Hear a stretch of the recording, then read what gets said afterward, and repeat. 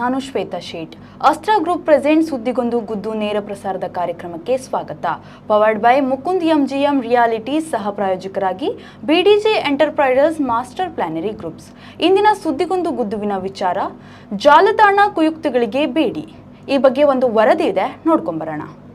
Social ಮೀಡಿಯಾದಲ್ಲಿ ಮಹಿಳೆಯರಿಗೆ ನಿಂದನೆ, ದ್ವೇಷದ ಸಂದೇಶ, ಬೆದರಿಕೆ ಪ್ರಕರಣಗಳು ಹೆಚ್ಚಾಗುತ್ತಿದ್ದು 2025ರ 9 ತಿಂಗಳಲ್ಲಿ 953 ಪ್ರಕರಣಗಳು ದಾಖಲಾಗಿವೆ. ಇದು ಕಳೆದ ವರ್ಷಗಳಿಗೆ ಹೋಲಿಸಿದರೆ 51% ಹೆಚ್ಚಳವಾಗಿದೆ. ಪೊಲೀಸರು 300ಕ್ಕೂ ಹೆಚ್ಚು ಪೋಸ್ಟ್ಗಳನ್ನು ತೆಗೆದುಹಾಕಿ 50ಕ್ಕೂ ಹೆಚ್ಚು ಖಾತೆಗಳನ್ನು ನಿರ್ಬಂಧಿಸಿದ್ದಾರೆ. ಯುವತಿಯರು ಸಹ ಎಚ್ಚರಿಕೆಯಿಂದ ತಮ್ಮ ಫೋಟೋಗಳನ್ನು ಪೋಸ್ಟ್ ಮಾಡಬೇಕು ಎಂದು ಪೊಲೀಸ್ ಇಲಾಖೆ ಹೇಳಿದೆ.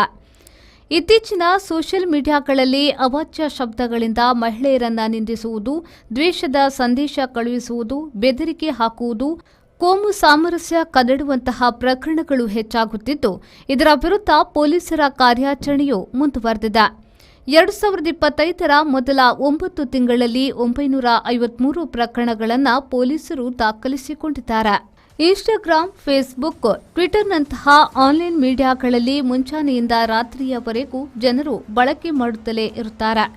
ಯಾರದೋ ಪೋಸ್ಟ್ ಕೆಟ್ಟದಾಗಿ ಸಂದೇಶ ಕಳುಹಿಸುವುದು, ತನ್ನಿಷ್ಟದ ನಟನಿಗೆ ಅಥವಾ ನಟಿಗೆ ಯಾರಾದರೂ ಬೈದರೆ ಅವರ ವಿರುದ್ಧ ಬೆದರಿಕೆ ಹಾಕುವುದು, ಕೋಮು ಸಂಘರ್ಷ ಹುಟ್ಟುವ ರೀತಿ ಕಾಮೆಂಟ್ ಮಾಡುವುದು ಸೇರಿದಂತೆ ನಾನಾ ರೀತಿಯಲ್ಲಿ ಪ್ರಕರಣ ಬೆಳಕಿಗೆ ಬರುತ್ತಲೇ ಇರುತ್ತದೆ. ಜನರಿಗೆ ಸಮಸ್ಯೆ ಉಂಟಾಗುವಂತಹ ಚಟುವಟಿಕೆಗಳು ಸೋಷಿಯಲ್ ಮೀಡಿಯಾದಲ್ಲಿ ಜರುಗದಂತೆ ಕಾಪಾಡಿಕೊಳ್ಳಲು ಪೊಲೀಸರು ಸೋಷಿಯಲ್ ಮೀಡಿಯಾಗಳ ಮೇಲೆ ಹದ್ದಿನ ಕಣ್ಣಿಟ್ಟಿರುತ್ತಾರೆ. ಇಂತಹ ಚಟುವಟಿಕೆಗಳು ಕಂಡ ಕೂಡಲೇ ಪ್ರಕರಣಗಳನ್ನು ದಾಖಲಿಸಲಾಗುತ್ತಿದೆ. ಸಮಾಜಕ್ಕೆ ತೊಂದರೆ ಉಂಟು ಮಾಡುವ ವಿಷಯಗಳನ್ನು ಪೋಸ್ಟ್ ಮಾಡುವವರ ವಿರುದ್ಧ ಸ್ವಯಂ ಪ್ರೇರಿತವಾಗಿ ಪ್ರಕರಣಗಳನ್ನು ದಾಖಲಿಸುತ್ತವೆ. ಅವಹೇಳನಕಾರಿ ಪೋಸ್ಟ್ಗಳು ಮತ್ತು ಕೋಮು ಸಾಮರಸ್ಯ ಕದಡಲು ಯತ್ನಿಸುವ ಪೋಸ್ಟ್ಗಳ ವಿರುದ್ಧ ತಕ್ಷಣವೇ ಕ್ರಮ ಕೈಗೊಳ್ಳಲಾಗುತ್ತದೆ ಎಂದು ಡಿಜಿ ಮತ್ತು ಐಜಿಪಿ ಎಂಎ ಸಲೀಂ ಅವರು ಹೇಳಿದ್ದಾರೆ. ಮಂಗಳೂರಿನಲ್ಲಿಯೂ ಓರ್ವ ವ್ಯಕ್ತಿಯ ಮೇಲೆ ಯುಎಪಿಎ ಕಾಯ್ದೆಯಡಿ ಪ್ರಕರಣ ದಾಖಲಾಗಿದೆ. ಕೇಂದ್ರ ಸರ್ಕಾರದಿಂದ ನಿಷೇಧಕ್ಕೊಳಗಾಗಿರುವ ಪಾಪ್ಯುಲರ್ ಫ್ರಂಟ್ ಆಫ್ ಇಂಡಿಯಾ ಸಂಘಟನೆಯ ಪರವಾಗಿ ಸಾಮಾಜಿಕ ಜಾಲತಾಣವಾದ ವಾಟ್ಸ್ಆಪ್ ಗ್ರೂಪ್ನಲ್ಲಿ ಪ್ರಚಾರ ಮಾಡಿ ಸಾರ್ವಜನಿಕರಲ್ಲಿ ಆತಂಕ ಉಂಟು ಮಾಡಿದ ಆರೋಪದಡಿ ಓರ್ವನನ್ನ ಬಂದರು ಠಾಣೆ ಪೊಲೀಸರು ಬಂಧಿಸಿದ್ದು, ಯುಎಪಿಎ ಕಾಯ್ದೆಯಡಿ ಪ್ರಕರಣ ದಾಖಲಾಗಿದೆ. ಉಪ್ಪಿನಂಗಡಿಯ ರಾಮಕುಂಜ ಗ್ರಾಮದ ಸೈಯದ್ ಇಬ್ರಾಹಿಂ ತಂಗಲ್ ಬಂಧಿತ ಆರೋಪಿಯಾಗಿದ್ದು, ನಗರದ ಉರ್ವ ಸ್ಟೋರ್ ಬಳಿಯಿಂದ ವಶಕ್ಕೆ ಪಡೆದು ದಸ್ತಗಿರಿ ಮಾಡಲಾಗಿದೆ. ಯುವಜನರು ಸೋಷಿಯಲ್ ಮೀಡಿಯಾದ ಬಳಕೆ ವಿಚಾರದಲ್ಲಿ ಎಚ್ಚರ ವಹಿಸಬೇಕು. ಸೋಷಿಯಲ್ ಮೀಡಿಯಾದಲ್ಲಿ ಪೋಸ್ಟ್ ಮಾಡುವ ಮುನ್ನ ಎಚ್ಚರದಿಂದಿರೆ, ಇಲ್ಲವಾದಲ್ಲಿ ಸೆರೆಮನೆ ವಾಸ ಅನುಭವಿಸುವುದು ಮಾತ್ರ ಪಕ್ಕಾ. ಬ್ಯೂರೋ ರಿಪೋರ್ಟ್, ವಿ4 ನ್ಯೂಸ್, ಮಂಗಳೂರು.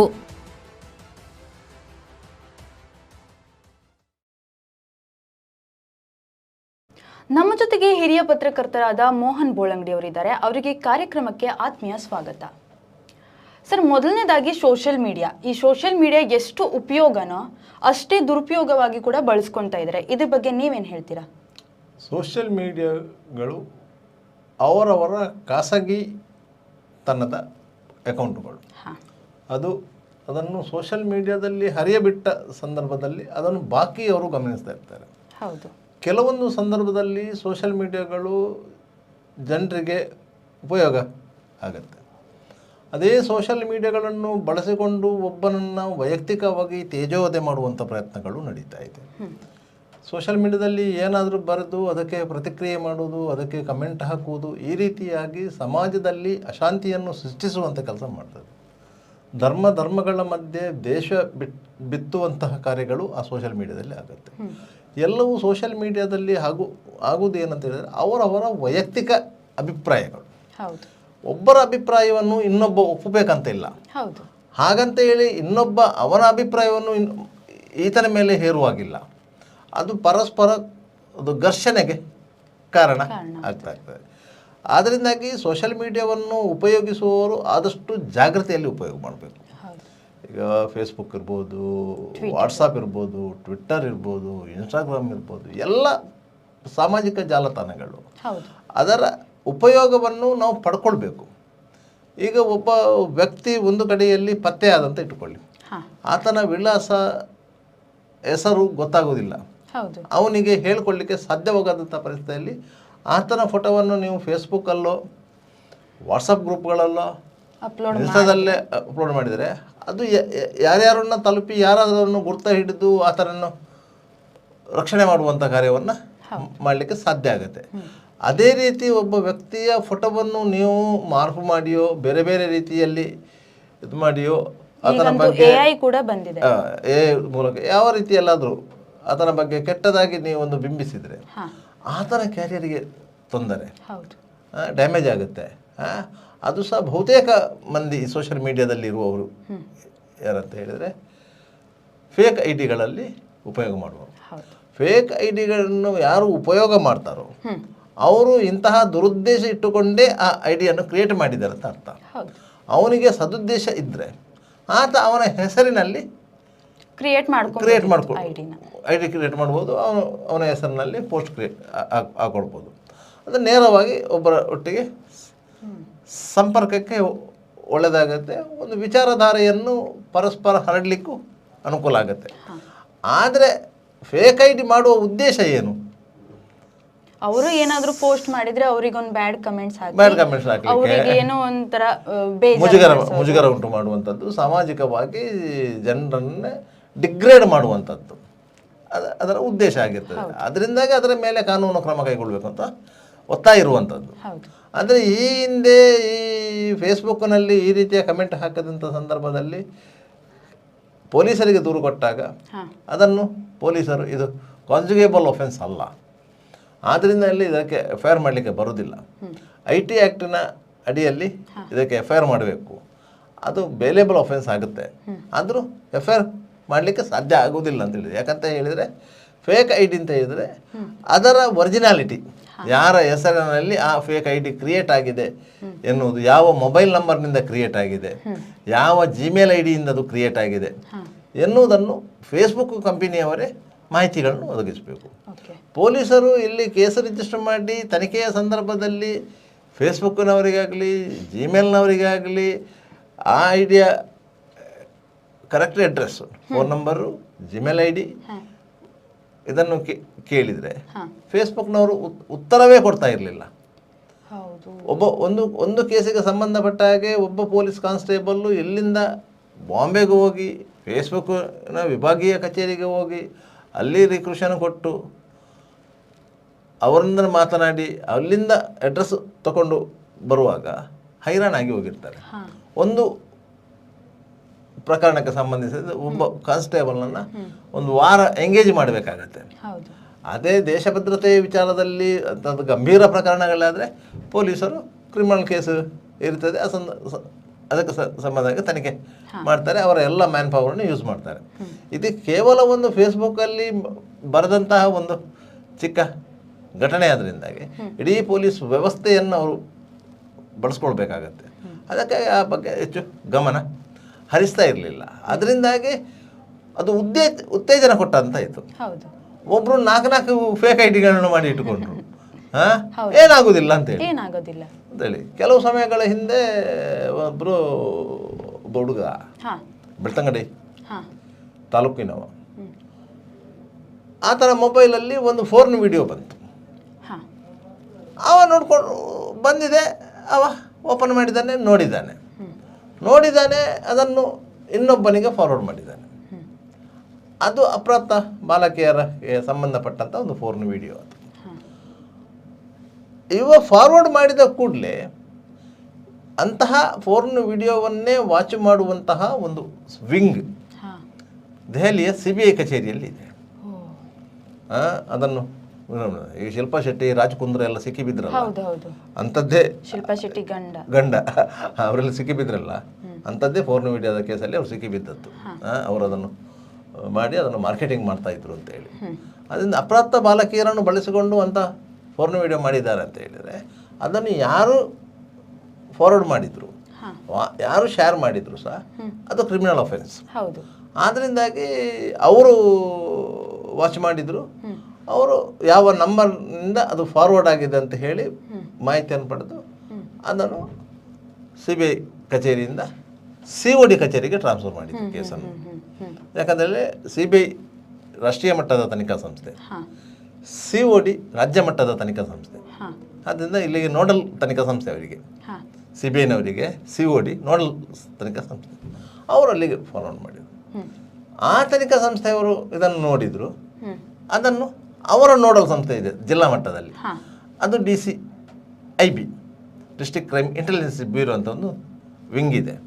ಆ ವಿಂಗಿಗೆ ಫಾರ್ವರ್ಡ್ ಮಾಡಿದರು. ಆ ವಿಂಗಿನವರು ಆ ನಂಬರನ್ನು ನೋಡಿದರು. ಆ ನಂಬರ್ ಎಲ್ಲಿದೆ ಅಂತೇಳಿ ಫೈಂಡ್ ಔಟ್ ಮಾಡಿದರು. ಫೈಂಡ್ ಔಟ್ ಮಾಡಿದಾಗ ಅದು ಬೆಳ್ತಂಗಡಿದಂತ ಗೊತ್ತಾಯಿತು. ಗೊತ್ತಾಯ್ತು. ಹಾಗೆ ಬೆಳ್ತಂಗಡಿಗೆ ಹೋದರು. ಬೆಳ್ತಂಗಡಿ ಪೊಲೀಸ್ ಸ್ಟೇಷನಲ್ಲಿ ಒಂದು ಕಂಪ್ಲೇಂಟ್ ಕೊಟ್ಟರು, ಹಾಂ ಒಂದು ಕೇಸ್ ರಿಜಿಸ್ಟರ್ ಮಾಡಿದರು. ಹಾಂ ಯಾರ ನಂಬರ್ ಅಂತೇಳಿ ಹುಡುಗರನ್ನು ಐಡೆಂಟಿಫೈ ಮಾಡಿದರು. ಹಾಂ ಅವನನ್ನು ಕರೆಸಿದರು. ಹಾಂ ಕರೆಸಿದಾಗ ಹೇಳಿದೆ, ಇಲ್ಲ ಸ್ವಾಮಿ ನನ್ನ ಮೊಬೈಲಲ್ಲಿ ಬಂದಿತ್ತು, ಹಾಂ ನಾನು ಅದನ್ನು ನೋಡಿದೆ, ಹಾಂ ತಪ್ಪೇನಿಲ್ಲ, ಅವನೇನು ಮಾಡಿದ್ದೇನಲ್ಲ, ಹಾಂ ನಾನು ಅದನ್ನು ನೋಡಿದೆ, ನನ್ನ ಮೊಬೈಲಿಗೆ ಬಂದಿದ್ದನ್ನು ನಾನು ನೋಡಿದೆ, ಅದನ್ನು ನನ್ನ ಫ್ರೆಂಡಿಗೆ ಫಾರ್ವರ್ಡ್ ಮಾಡಿದೆ, ಇಷ್ಟೇ ಅಂತ ಹೇಳಿದ್ರು. ಅವ್ರಿಗೆ ಆಯ್ತು ಇದರಲ್ಲಿ ಏನೋ ಇವನ ಅಮಾಯಕತೆ ಗೊತ್ತಾಯಿತು. ಹಾಂ ಆದರೂ ಕಾನೂನು ಪ್ರಕಾರ ಅವರು ಅದನ್ನು ತನಿಖೆ ಮಾಡಲೇಬೇಕು. ಹೌದು. ಆದ್ದರಿಂದಾಗ ಇವನ ಮೊಬೈಲನ್ನು ವಶಕ್ಕೆ ಪಡ್ಕೊಂಡ್ರು. ನೀನು ಮಂಗಳೂರಿಗೆ ಬರಬೇಕು, ನಾವು ಆಫೀಸಿಗೆ ಬಾ, ಇನ್ನೊಂದು ಸ್ಟೇಟ್ಮೆಂಟ್ ಆಗಬೇಕಾದ್ರೆ. ಅದರ ಮರುದಿವಸ ಮಂಗಳೂರಿಗೆ ಬಂದ, ಅವ್ರ ಆಫೀಸಿಗೆ ಹೋದ, ಅವನೊಂದು ಸ್ಟೇಟ್ಮೆಂಟ್ ಮಾಡಿಕೊಂಡ್ರು. ಅವನನ್ನು ಬಿಟ್ಟು ಕಳಿಸಿದರು. ನಮ್ಮ ಮೊಬೈಲನ್ನು ನಮ್ಮ ತನಿಖೆ ಮುಗಿದ ಮೇಲೆ ನಿಮಗೆ ವಾಪಸ್ ಕೊಡ್ತೇವೆ ಅಂತೇಳಿ. ಅದರ ನಂತರ ಅದರ ತನಿಖೆ ಮಾಡಿ ಬೆಳ್ತಂಗಡಿ ಪೊಲೀಸರಿಗೆ ರಿಪೋರ್ಟ್ ಕೊಟ್ಟರು ಇವರು. ಅವರು ಅದನ್ನು ಈ ತನಿಖೆಯ ಆಧಾರದಲ್ಲಿ ಅವರು ಆ ಪ್ರಕರಣಕ್ಕೆ ಚಾರ್ಜ್ ಶೀಟ್ ಹಾಕಿದರು, ಆರೋಪ ಪಟ್ಟಿ ಸಲ್ಲಿಸಿದರು ಬೆಳ್ತಂಗಡಿ ನ್ಯಾಯಾಲಯಕ್ಕೆ.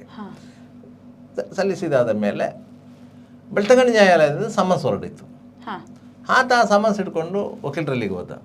ವಕೀಲರು ಹೇಳಿದೆ, ಇದು ಇಂಥದ್ದು IT ಆ್ಯಕ್ಟಿನ ಒಂದು ಕೇಸು ಇದೆ ನಿನ್ನ ಮೇಲೆ, ನಿಮಗೆ ಒಂದು ಜಾಮೀನು ಬೇಕು, ನೀನೊಂದು RTC ಇಟ್ಕೊಂಡು ಬಾ ಅಂತೇಳಿ. ಅವನ ತಾಯಿಯನ್ನು ಕರ್ಕೊಂಡು ಹೋದ. ನ್ಯಾಯಾಲಯದಲ್ಲಿ ಜಾಮೀನು ಕೊಟ್ಟ, ರಿಲೀಸ್ ಆದ. ಬೇಲೆಬಲ್ ಅಫೆನ್ಸ್, ಅದರಲ್ಲಿ ವಿಶೇಷ ಏನಿರಲಿಲ್ಲ, ಜಾಮೀನು ಕೊಟ್ಟು ರಿಲೀಸ್ ಆದ. ಅದರ ನಂತರ ನ್ಯಾಯಾಲಯದಲ್ಲಿ ಅದು ವಿಚಾರಣೆ ನಡೆಯಿತು. ವಿಚಾರಣೆ ನಡೆದಾಗ ಇವನ ಮೊಬೈಲಲ್ಲಿ ಆ ಫೋನ್ ವಿಡಿಯೋ ಬಂದದ್ದು.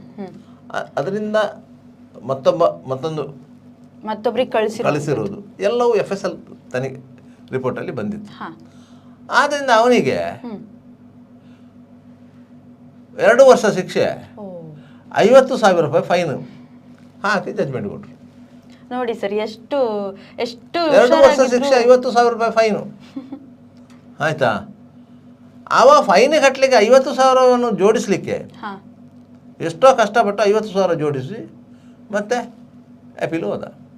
2 ವರ್ಷ ಶಿಕ್ಷೆ ಆಯಿತು. ಶಿಕ್ಷೆ ಆಗಲಿಲ್ಲ, ಯಾಕಂದರೆ ಅಪೀಲ್ ಹೋದ. ಆದ್ದರಿಂದಾಗಿ ಅವನು ಈಗ ಅಪೀಲಲ್ಲಿದೆ ಆ ಕೇಸು. ಇದು ಕೇವಲ ಅವನು ಮಾಡಿದನು, ಅವನ ಮೊಬೈಲಿಗೆ ಬಂದಂಥ ಒಂದು ಫೋನ್ ವಿಡಿಯೋವನ್ನು ಫಾರ್ವರ್ಡ್ ಮಾಡಿದ್ರೆ ತಪ್ಪಾಯಿತು.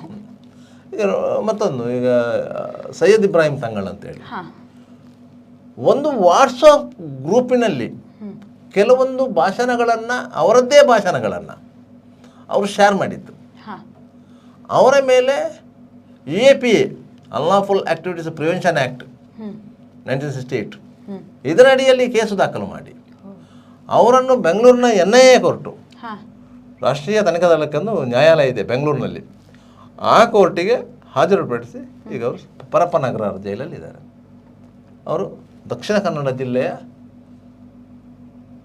ಸುನ್ನಿ ಸಮುದಾಯದ ಒಳ್ಳೆಯ ಧಾರ್ಮಿಕ ಮುಖಂಡರು, ಪ್ರಕಾರ ವಾಗ್ಮಿ. ಅವರನ್ನು ಪೊಲೀಸರು ಅರೆಸ್ಟ್ ಮಾಡಿದ್ದಾರೆ, ಅವರಿಗೆ ಜೈಲಿಗೆ ಹೋಗಿದ್ದಾರೆ. ಇದು ಕೇವಲ ಅವರ ವಾಟ್ಸಪ್ ಗ್ರೂಪ್, ಸಲಾಂ ಮತ್ತು ಸಲಾಂ ಸಲಾಂ ಮತ್ತು ಸಲಾಂ ಅಂತೇಳಿ ಅದು ವಾಟ್ಸಪ್ ಗ್ರೂಪ್ ಅವ್ರದ್ದು. ಅದರಲ್ಲಿ ಒಂದು 100 ಮಂದಿ ಆ ಗ್ರೂಪಲ್ಲಿ ಇದ್ದಾರೆ. ಅವರ ಧಾರ್ಮಿಕ ಪ್ರವಚನಗಳು, ಅವರು ಮಾತಾಡಿರುವಂಥದ್ದು ಅದನ್ನೆಲ್ಲ ಅವರ ವಾಟ್ಸಪ್ ಗ್ರೂಪಲ್ಲಿ ಅವ್ರು ಶೇರ್ ಮಾಡ್ತಾ ಇದ್ರು. ಸುಮಾರು 1,000 ಮಂದಿಯಷ್ಟು ಆ ವಾಟ್ಸಪ್ ಗ್ರೂಪಲ್ಲಿ ಸದಸ್ಯರಿದ್ದಾರೆ. ಅದರಿಂದ ಅವರವರಿಗೆ ಶೇರ್ ಆಗ್ತಾ ಹೋಗ್ತಾ ಇತ್ತು. ಇದು ಯಾವಾಗ PFI ಬ್ಯಾನ್ ಆಯಿತು, ಇವರು PFI ಪರವಾಗಿ ಇದ್ದವರು ಕೆಲವರು ಈ ಗ್ರೂಪಲ್ಲಿದ್ದಾರೆ. ಆದ್ದರಿಂದಾಗಿ ಅವರು ಸಿಕ್ಕಾಕೊಂಡ್ರು. ಯಾಕಂತ ಹೇಳಿದ್ರೆ ಇಲ್ಲಿ ಏನಾಗಿದೆ ಅಂತ ಹೇಳಿದರೆ, ಮೊದಲು ಈ ಸೋಷಿಯಲ್ ಮೀಡಿಯಾವನ್ನು ಪೊಲೀಸರು ಅಷ್ಟಾಗಿ ಗಮನಿಸ್ತಾ ಇರಲಿಲ್ಲ. ಯಾವಾಗ ಸುಹಾಸ್ ಶೆಟ್ಟಿ ಮರ್ಡರ್ ಆಯಿತು. ಅದರ ಬೆನ್ನಿಗೆ ಕೊಳತ ಮಜಲಿನಲ್ಲಿ ಅಬ್ದುಲ್ ರೆಹಮಾನ್ ಮರ್ಡರ್ ಆಯಿತು. ಆ ಸಂದರ್ಭದಲ್ಲಿ ವಾಟ್ಸಪ್ ಗ್ರೂಪ್ಗಳಲ್ಲಿ ಮತ್ತು ಸೋಷಿಯಲ್ ಮೀಡಿಯಾದಲ್ಲಿ ಯಾವ ರೀತಿಯಾಗಿ ಉದ್ರೇಕಕಾರಿಯಾದಂಥ ಸ್ಟೇಟ್ಮೆಂಟ್ಗಳು ಹರಿದಾಡಲಿಕ್ಕೆ ಆರಂಭವಾಯಿತಾ, ಆಗ ಪೊಲೀಸರು ಎಚ್ಚೆತ್ತುಕೊಂಡ್ರು. ಈ ಉದ್ರೇಕಕಾರಿ ಸ್ಟೇಟ್ಮೆಂಟ್ಗಳಿಂದಲೇ ಒಂದು ಕೊಲೆಯಾಗಿ ಪ್ರತಿಯಾಗಿ ಇನ್ನೊಂದು ಕೊಲೆಯಾಗಿದೆ ಅಂತೇಳಿ. ಅದಕ್ಕಿಂತಲೂ ಮೊದಲು ಕುಡುಪು ಬಳಿ ಒಂದು ಮಾಬ್ ಲಿಂಚಿಂಗ್ ಕೇಸ್ ಆಗಿತ್ತು. ಒಂದು ಗುಂಪಿನವರು ಸೇರಿ ಒಬ್ಬನಿಗೆ ಹಲ್ಲೆ ಮಾಡಿದರು. ಅದು ಅಪರಿಚಿತ ಯುವಕ. ಆತ ಅಲ್ಲಿ ಒಂದು ಕ್ರಿಕೆಟ್ ಪಂದ್ಯಾಟ ನಡೀತಾ ಇತ್ತು, ಅದನ್ನು ನೋಡಲಿಕ್ಕೆ ಬಂದಿದ್ದ. ಮಾನಸಿಕವಾಗಿ ಅಸ್ವಸ್ಥನಾಗಿದ್ದಂಥ ವ್ಯಕ್ತಿ. ಅಲ್ಲಿ ಪಚ್ಚನಡಿಯ ಡಂಪಿಂಗ್ ಯಾರ್ಡ್ ಹತ್ರ ತಿರುಗಾಡ್ತಾ ಇದ್ದವನು. ಈ ಪ್ಲ್ಯಾಸ್ಟಿಕ್ಕು ಅಂಥದ್ದನ್ನೆಲ್ಲ ಸಂಗ್ರಹ ಮಾಡಿಕೊಂಡು ಅಲ್ಲಿಗೆ ಕೊಂಡೋಗಿ ಮಾರಾಟ ಮಾಡಿ ಆ ಹಣದಿಂದ ಜೀವನ ಮಾಡ್ತಿದ್ದವನು. ಅವನಿಗೇನು ಈ ಕಡೆ ಕುಡುಪು ದೇವಸ್ಥಾನದ ಬಂದಾಗ ಅಲ್ಲಿಗೆ ಮೈಕ್ ಕೇಳಿದೆ, ಕ್ರಿಕೆಟ್ ಪಂದ್ಯಾಟ. ಅಲ್ಲಿಗೆ ಹೋಗಿದ್ದೇನೆ. ಅಲ್ಲಿ ಪಂದ್ಯಾಟ ನಡೀತಿತ್ತು. ಅವ ಅಲ್ಲಿ ಬದಿಯಲ್ಲಿ ಒಂದು ಬದು ಇದೆ, ಆ ಬದುವಲ್ಲಿ ಕುಳಿತಿದ್ದ. ಪಕ್ಕದಲ್ಲೇ ಒಬ್ಬ ಕುಳಿತಿದ್ದ. ಅವನ ಹತ್ರ ನೀರಿನ ಬಾಟ್ಲಿತ್ತು. ಇವನಿಗೆ ಬಾಯಾರಿಕೆ ಆಗಿತ್ತು. ಅವನ ಹತ್ರ ಕೇಳದೆ ಇವ ನೀರಿನ ಬಾಟ್ಲು ತಗೊಂಡ. ಅವನು ಕೇಳಿದರೆ ಕೊಡ್ತಾ ಇದ್ದನು. ಇವನು ತಗೊಂಡಲ್ಲ, ತಗೊಂಡು ಅದನ್ನು ಕಚ್ಚಿ ಕುಡ್ದ. ಮೇಲ್ಗಡೆಯಿಂದ ಕುಡಿತಿದ್ರೆ ಏನಾಗ್ತಾ ಇರಲಿಲ್ಲ. ಮೊದಲನೇದಾಗಿ ಕೇಳದೆ ತಗೊಂಡದ್ದು, ಮತ್ತೆ ಎರಡನೇದಾಗಿ ಅದನ್ನು ಕಚ್ಚಿ ಕೊಡೋದು. ಅದು ಅವನಿಗೆ ಸಿಟ್ಟು ಬಂತು. ಸಹಜವಾಗಿ ಬರುವಂತದ್ದು. ಯಾಕಂದ್ರೆ ಆ ನೀರನ್ನು ಪುನಃ ಅವನಿಗೆ ಕುಡ್ಲಿಕ್ಕೆ ಆಗೋದಿಲ್ಲ. ಅದರಿಂದ ಅವನು ಪುನಃ ನೀರು ತಗೊಂಡು ಬರ್ಬೇಕಾದ್ರೆ ಪುನಃ ಅರ್ಧ ಕಿಲೋಮೀಟರ್ ನಡ್ಕೊಂಡು ಪುನಃ ಹೋಗ್ಬೇಕು, ಅಂಗಡಿ ಹತ್ರಕ್ಕೆ ಹೋಗ್ಬೇಕು. ಅವನು ಒಂದು ಪೆಟ್ಟು ಕೊಟ್ಟಾಗ ಇವ ಏನೋ ಬೊಬ್ಬೆ ಹೊಡೆದಾಗ ಅಲ್ಲಿ ಇದ್ದವರೆಲ್ಲ ಸೇರಿದ್ರು. ಇವ ಮುಸ್ಲಿಂ ಅಂತ ಅಲ್ಲಿ ಗೊತ್ತಾಯ್ತು. ಎಲ್ಲರೂ ಸೇರಿ ಗುದ್ದಿದ್ರು. ಯಾರು ಮುಸ್ಲಿಂ? ಈ ಹೊಡೆದವನು, ಪೆಟ್ಟು ತಿಂದ ಮುಸ್ಲಿಂ ಅಂತ ಗೊತ್ತಾಯ್ತು. ಎಲ್ಲರೂ ಸೇರಿ ಹೊಡೆದ್ರು. ಆ ಸಂದರ್ಭದಲ್ಲಿ ಅಲ್ಲಿ ಅವ ಬಿದ್ದಾಗ ಮತ್ತೆ ಪೊಲೀಸಿಗೆ ಫೋನ್ ಮಾಡಿದ್ರು. ಪೊಲೀಸ್ ಬಂದಾಗ ಅವ ಡೆತ್ ಆಗಿದ್ದಾನೆ. ಇದು ಎಲ್ಲರೂ ಗುಂಪು ಸೇರಿ ಹೊಡೆದ್ರಿಂದ ಅದನಿಗೆ ಬಹು ಅಂಗಗಳಿಗೆ ಏಟಾಗಿತ್ತು. ಆದ್ರಿಂದಾಗಿ ಪೊಲೀಸರು ಇಮಿಡಿಯೇಟ್ ಅವನು ಯಾರು ಅಂತ ಗೊತ್ತಾಗ್ಲಿಲ್ಲ. ಕೇಳಿದಾಗ ಗೊತ್ತಾಯ್ತು ಅವ ಇಲ್ಲಿ ತಿರುಗಾಡ್ತಿದ್ದ, ಮಾನಸಿಕವಾಗಿ ಅಸ್ವಸ್ಥ ಆಗಿದ್ದವನು. ಮಾನಸಿಕನಾಗಿ ಅಸ್ವಸ್ಥನಾಗಿದ್ದರೂ ಏನೂ ಆಗಿರ್ಬೋದು. ಆತನಿಗೆ ಇವರು ಗುಂಪು ಸೇರಿ ಹಲ್ಲೆ ಮಾಡಿದಾರಂತಾದ್ಮೇಲೆ ಅದು ಮಾಬ್ ಲಿಂಚಿಂಗಿಗೆ ಇದಾಗುತ್ತೆ ಮತ್ತು ಡೆತ್ ಆಗಿದೆ. ಆದ್ರಿಂದಾಗಿ ಪೊಲೀಸರು ಏನು ಮಾಡಿದರು, 103 ಕ್ಲಾಸ್ 2 ಅಲ್ಲಿ ಕೇಸು ದಾಖಲು ಮಾಡಿಕೊಂಡ್ರು. ಮಾಬ್ ಲಿಂಚಿಂಗ್ ಅಂತೇಳಿ, ಒಂದು ಗುಂಪು ಹತ್ಯೆ ಅಂತೇಳಿ. ಸಾಮಾನ್ಯವಾಗಿ ಉತ್ತರ ಭಾರತದ ಕಡೆಗಳಲ್ಲಿ ಅಂತ ಗುಂಪು ಹತ್ಯೆಗಳು ನಡೀತಾ ಇತ್ತು. ಪೊಲೀಸರು ಸ್ವಲ್ಪ ಸೀರಿಯಸ್ ಆಗಿ ತಗೊಂಡ್ರು ಯಾರು ಕಮಿಷನರು. ಆದ್ದರಿಂದಾಗಿ ಸ್ಥಳೀಯ ಪೊಲೀಸರು ಏನು ಮಾಡಿದರು, ಸ್ಥಳೀಯ ಪೊಲೀಸರು ಅದನ್ನು ಸ್ವಲ್ಪ ನಿಗ್ಲೆಕ್ಟ್ ಮಾಡಿದರು ಆರಂಭದಲ್ಲಿ. ಯಾಕಂದರೆ ಯಾರು ಗುರುತು ಪರಿಚಯ ಇಲ್ಲದಂಥ ವ್ಯಕ್ತಿ ಅಂತೇಳಿ ಇದು ಮಾಡಿದರು. ಒಂದು UDRಗೆ ಅಸ್ವಾಭಾವಿಕ ಮರಣ ಅಂತೇಳಿ ಕೇಸು ತಗೊಂಡ್ರು, ಒಬ್ಬ ಕಂಪ್ಲೇಂಟ್ ತಗೊಂಡ್ರು. ಅದರ ನಂತರ ಪೋಸ್ಟ್ಮಾರ್ಟಮ್ ಮಾಡಿದಾಗ ಗೊತ್ತಾಯಿತು ಇದು ಗುಂಪು ಹಲ್ಲೆಯಿಂದ ಹತ್ಯೆ ಸಾವು ಸಂಭವಿಸಿದಲ್ಲಿ. ಅದನ್ನು ಮರ್ಡರ್ ಕೇಸಿಗೆ ಕನ್ವರ್ಟ್ ಮಾಡಿದಾಗ ಅದನ್ನು ಮತ್ತೊಬ್ಬನ ಕೈಯಿಂದ ಕಂಪ್ಲೇಂಟ್ ತಗೊಂಡು ಮರ್ಡರ್ ಕೇಸ್ ರಿಜಿಸ್ಟರ್ ಮಾಡಿ ಆಂತರಿಕ ತನಿಖೆಯಲ್ಲಿ ಪೊಲೀಸರ ಆರಂಭಿಕ ತನಿಖಾ ವೈಫಲ್ಯ ಗೊತ್ತಾಗಿತ್ತು. ಆದ್ದರಿಂದ ಇನ್ಸ್ಪೆಕ್ಟ್ರು ಮತ್ತು ಸಿಬ್ಬಂದಿ ಮೇಲೆ ಶಿಸ್ತು ಕ್ರಮ ಸಹ ಜರುಗಿತ್ತು. ಈ ರೀತಿ ಆದ ನಂತರ ಆರೋಪಿಗಳ್ಯಾರು ಎಲ್ಲರೂ ಅಲ್ಲಿ ಇದ್ದವರೇ ಅಲ್ವಾ? ಹೌದು. ಕ್ರಿಕೆಟ್ ಪಂದ್ಯಾಟವನ್ನು ನೋಡ್ಕೊಂಡು ಬಂದರು. ಇಂಥ ಸಂದರ್ಭದಲ್ಲಿ ಆ ಬಗ್ಗೆ ಕೆಲವರು ಸೋಷಿಯಲ್ ಮೀಡಿಯಾದಲ್ಲಿ ಪ್ರಚಾರ ಮಾಡಲಿಕ್ಕೆ ಸ್ಟಾರ್ಟ್ ಮಾಡಿದ್ರು. ಪ್ರಚಾರವೂ ಮಾಡಿದರು, ಅಪಪ್ರಚಾರವೂ ಮಾಡಿದರು. ಅವರು ಇವ ಸತ್ತವ ಯಾರು ಅಂತ ಹೇಳಿ ಅದು ಅವನನ್ನು ಐಡೆಂಟಿಫೈ ಮಾಡಲಿಕ್ಕೆ ಯಾರು ಮುಂದಾಗಲಿಲ್ಲ. ಅವನನ್ನು ಐಡೆಂಟಿಫೈ ಮಾಡಲಿಕ್ಕೆ ಮುಂದಾಗಲಿಲ್ಲ. ಅವ ಇಲ್ಲಿಂದ ಬಿಹಾರದವನ ಅಂತ ಆಯಿತು. ಪೊಲೀಸ್ ಅಧಿಕಾರಿಗಳು ಏನು ಮಾಡಿದರು ಅಂತ ಹೇಳಿದರೆ ಆತನ ಫೋಟೋವನ್ನು ತೆಗೆದು ಆ ಫೋಟೋವನ್ನು ಅವರ ಗ್ರೂಪಿಗೆ ಹಾಕಿ, ಪೊಲೀಸ್ ಗ್ರೂಪಿಗೆ ಹಾಕಿ, ಮೇಲ್ನೋಟಕ್ಕೆ ಐತೆ ಕೇರಳ ಕಡೆಯವನಂತ ಕಾಣ್ತಾನೆ ಅಂತ ಹೇಳಿ ಕೇರಳದ ಗ್ರೂಪ್ಗಳಲ್ಲಿ ಇದು ಮಾಡಿ ಕೊನೆಗೆ ಆತ ಕೇರಳದ ಅಂತ ಗೊತ್ತಾಯ್ತು. ಅವನ ಮನೆಯವರು ಬಂದು ಬಾಡಿ ಐಡೆಂಟಿಫೈ ಆಯಿತು. ಅವರು ಹೇಳಿದರು ಅವನಿಗೆ ಮಾನಸಿಕವಾಗಿ ತೊಂದರೆ ಇದೆ ಇತ್ತು. ಅವನು ಹೀಗೆ ಬಂದಿದ್ದ, 15 ದಿವಸದ ಹಿಂದೆ ಬಂದಿದ್ದ. ಅವನಿಗೆ ಒಂದು ಮೊಬೈಲ್ ತೆಗೆದು ಕೊಟ್ಟಿದ್ದೇವೆ, ಆ ಮೊಬೈಲ್ನಲ್ಲಿ ಹಾಕಿದ್ದಾರೆ ಅಂತ ಗೊತ್ತಿಲ್ಲ ನಮಗೆ. ಹೀಗೆ ವಿಚಾರ ಅಲ್ಲ ಅವರು ತಿಳಿಸಿದ್ರು. ಮತ್ತು ಅವರು ಡೆಡ್ ಬಾಡಿ ತಗೊಂಡು ಇಲ್ಲಿ ಕೇಸ್ ಇತ್ತಲ್ಲ, ಕೇಸಲ್ಲಿ ಒಂದು 150 ಮಂದಿ ಇದ್ದಾರೆ ಅಂತ ಆಯಿತು. 50 ಮಂದಿ 100 ಮಂದಿ ಇದ್ದಾರೆ ಅಂತ ಹೇಳಿದ್ರು. 50 ಮಂದಿ ಇದ್ದಾರೆ ಅಂತ ಆಯಿತು. ಅದರಲ್ಲಿ ಸ್ಥಳೀಯ ಕಾರ್ಪೊರೇಟರ್ ಒಬ್ಬರ ಗಂಡ ಇದ್ದಾರೆ ಅಂತ ಆಯಿತು. ಪೊಲೀಸರು ಅಲ್ಲಿ ಇದ್ದವರನ್ನು ಐಡೆಂಟಿಫೈ ಮಾಡಿದ್ರು. ಒಟ್ಟಿಗೆ 128 ಮಂದಿ 128 ಮಂದಿಯನ್ನು ಪೊಲೀಸರು ಎನ್ಕ್ವೈರಿ ಮಾಡಿದ್ದಾರೆ, ವಿಚಾರಣೆಗೆ ತಗೊಂಡಿದ್ದಾರೆ. ತಗೊಂಡು ವಿಚಾರಣೆ ಎಲ್ಲ ಮಾಡಿ ಕೊನೆಗೆ ಅದರಲ್ಲಿ ಯಾರು ಹೊಡೆದವರು ಅಂತೇಳಿ, ಹೊಡೆದವರಲ್ಲಿ ಯಾರು ಸುರಿಗೆ ಕಂಪ್ಲೇಂಟ್ ಕೊಟ್ಟವನು ಒಬ್ಬ ಆರೋಪಿಯೇ ಆ ರೀತಿಯಾಗಿ ಮಾಡಿದರು. ಆ ಸಂದರ್ಭದಲ್ಲಿ ವ್ಯಾಪಕವಾಗಿ ಅದು ಸೋಷಿಯಲ್ ಮೀಡಿಯಾದಲ್ಲಿ ಹರಿದಾಡ್ತಾ ಇತ್ತು. ಪೊಲೀಸರು ಮತ್ತು ಅವರು ಸರಿಯಾದ ರೀತಿಯಲ್ಲಿ ತನಿಖೆ ಮಾಡಿದ್ದಾರೆ. ಈಗ 28 ಮಂದಿಯ ಮೇಲೆ ಅನ್ನು ಬಂಧಿಸಿದ್ದಾರೆ, ನ್ಯಾಯಾಲಯಕ್ಕೆ ಚಾರ್ಜ್ ಶೀಟ್ ಹಾಕಿದ್ದಾರೆ. ಕೆಲವರಿಗೆ ಅದರಲ್ಲಿ ಜಾಮೀನಾಗಿದೆ, ಕೆಲವರಿಗೆ ಜಾಮೀನಾಗಿಲ್ಲ. ಆ ರೀತಿಯಾಗಿ ಇದೆ. ಅಂಥ ಸಂದರ್ಭದಲ್ಲಿ ಈ ವಾಟ್ಸಪ್ಪಲ್ಲಿ ಸೋಷಿಯಲ್ ಮೀಡಿಯಾದಲ್ಲಿ ಯಾರೆಲ್ಲ ಆ ಬಗ್ಗೆ ಅಪ್ಲೋಡ್ ಮಾಡಿದ್ರು, ಅದರಲ್ಲಿ ಒಬ್ಬರನ್ನ ಪೊಲೀಸರು ಕರೆಸಿದ್ರು. ಅವನು ಅನ್ಕೊಂಡ್ರು, ಇಲ್ಲ ನಾನು ಅವರು ಹೇಳಿದ್ದನ್ನು ಅವರು ಏನು ಬರೆದಿದ್ದಾರೆ ಅದನ್ನು ನೋಡಿ ನಾನು ಬರ್ದಂತ ಅವ ಒಪ್ಕೊಳ್ಳು.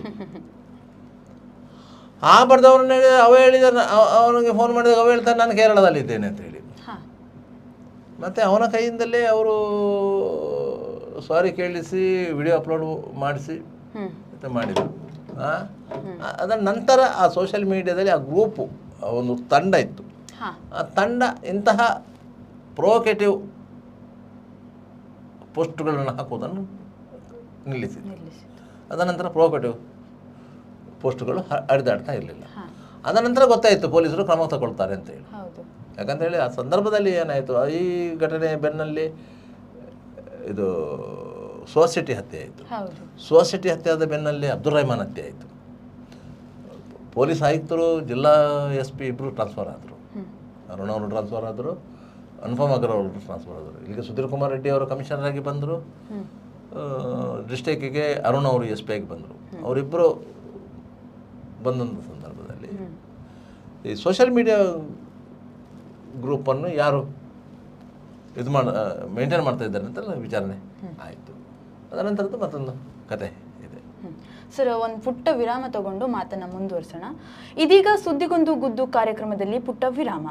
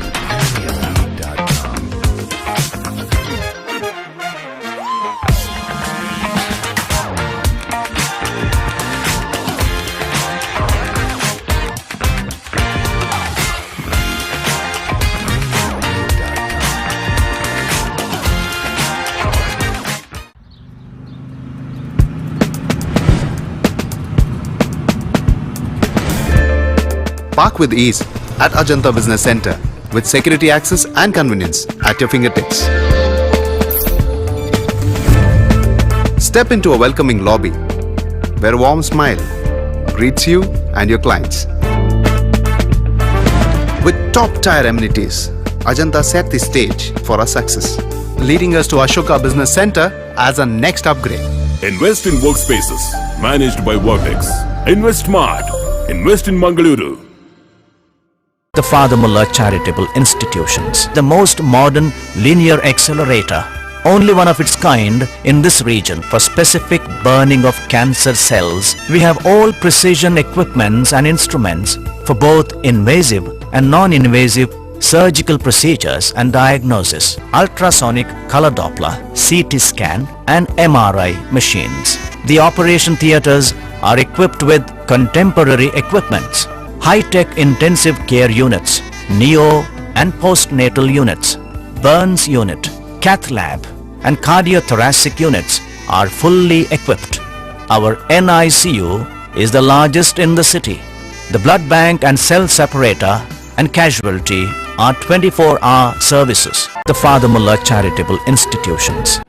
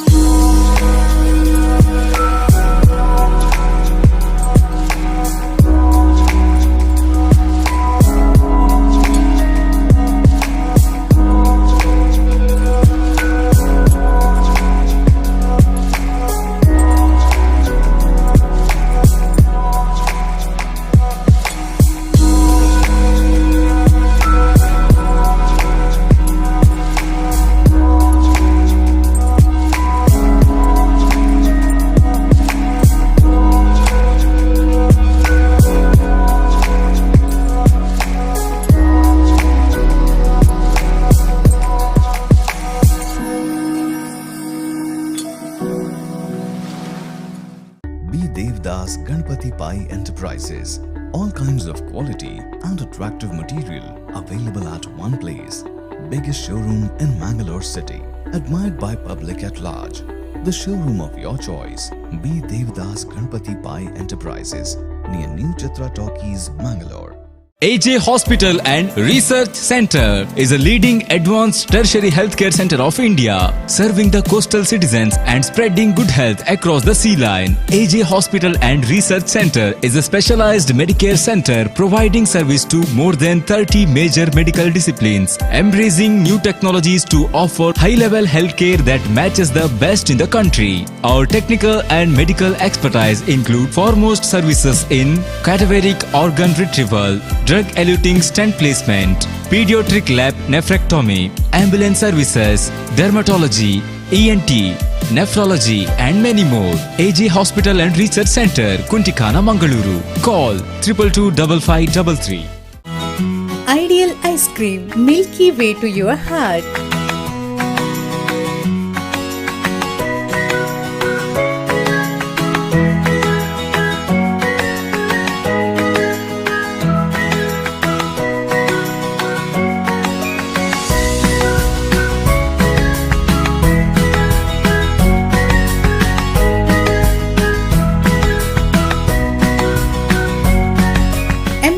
With a variety of fruits and flavored with rich crunch and chips, they treat your taste buds. Ideal ice cream.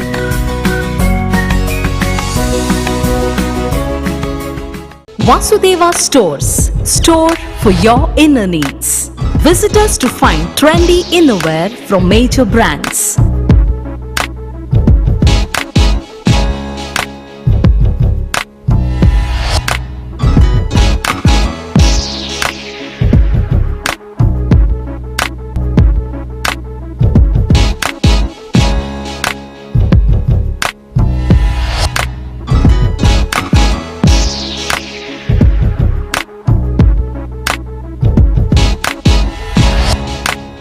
Visit Vasudeva Stores, ground floor, Ideal Towers near Sharavu Ganapati Temple, Mangaluru.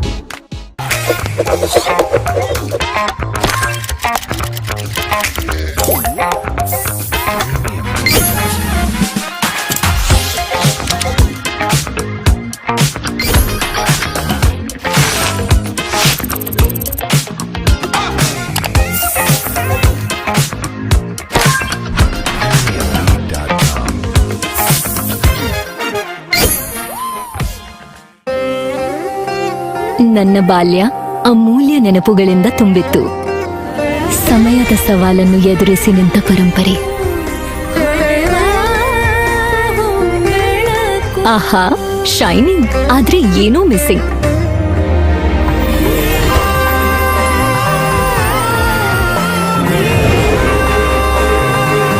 ಶತಮಾನದ ವಾರಸುದಾರಿಕೆಯ ಹೊಸ ಮುಖ ಭೀಮಾ. ಬದಲಾವಣೆ ಹೊಳೆಯುತ್ತಿದೆ.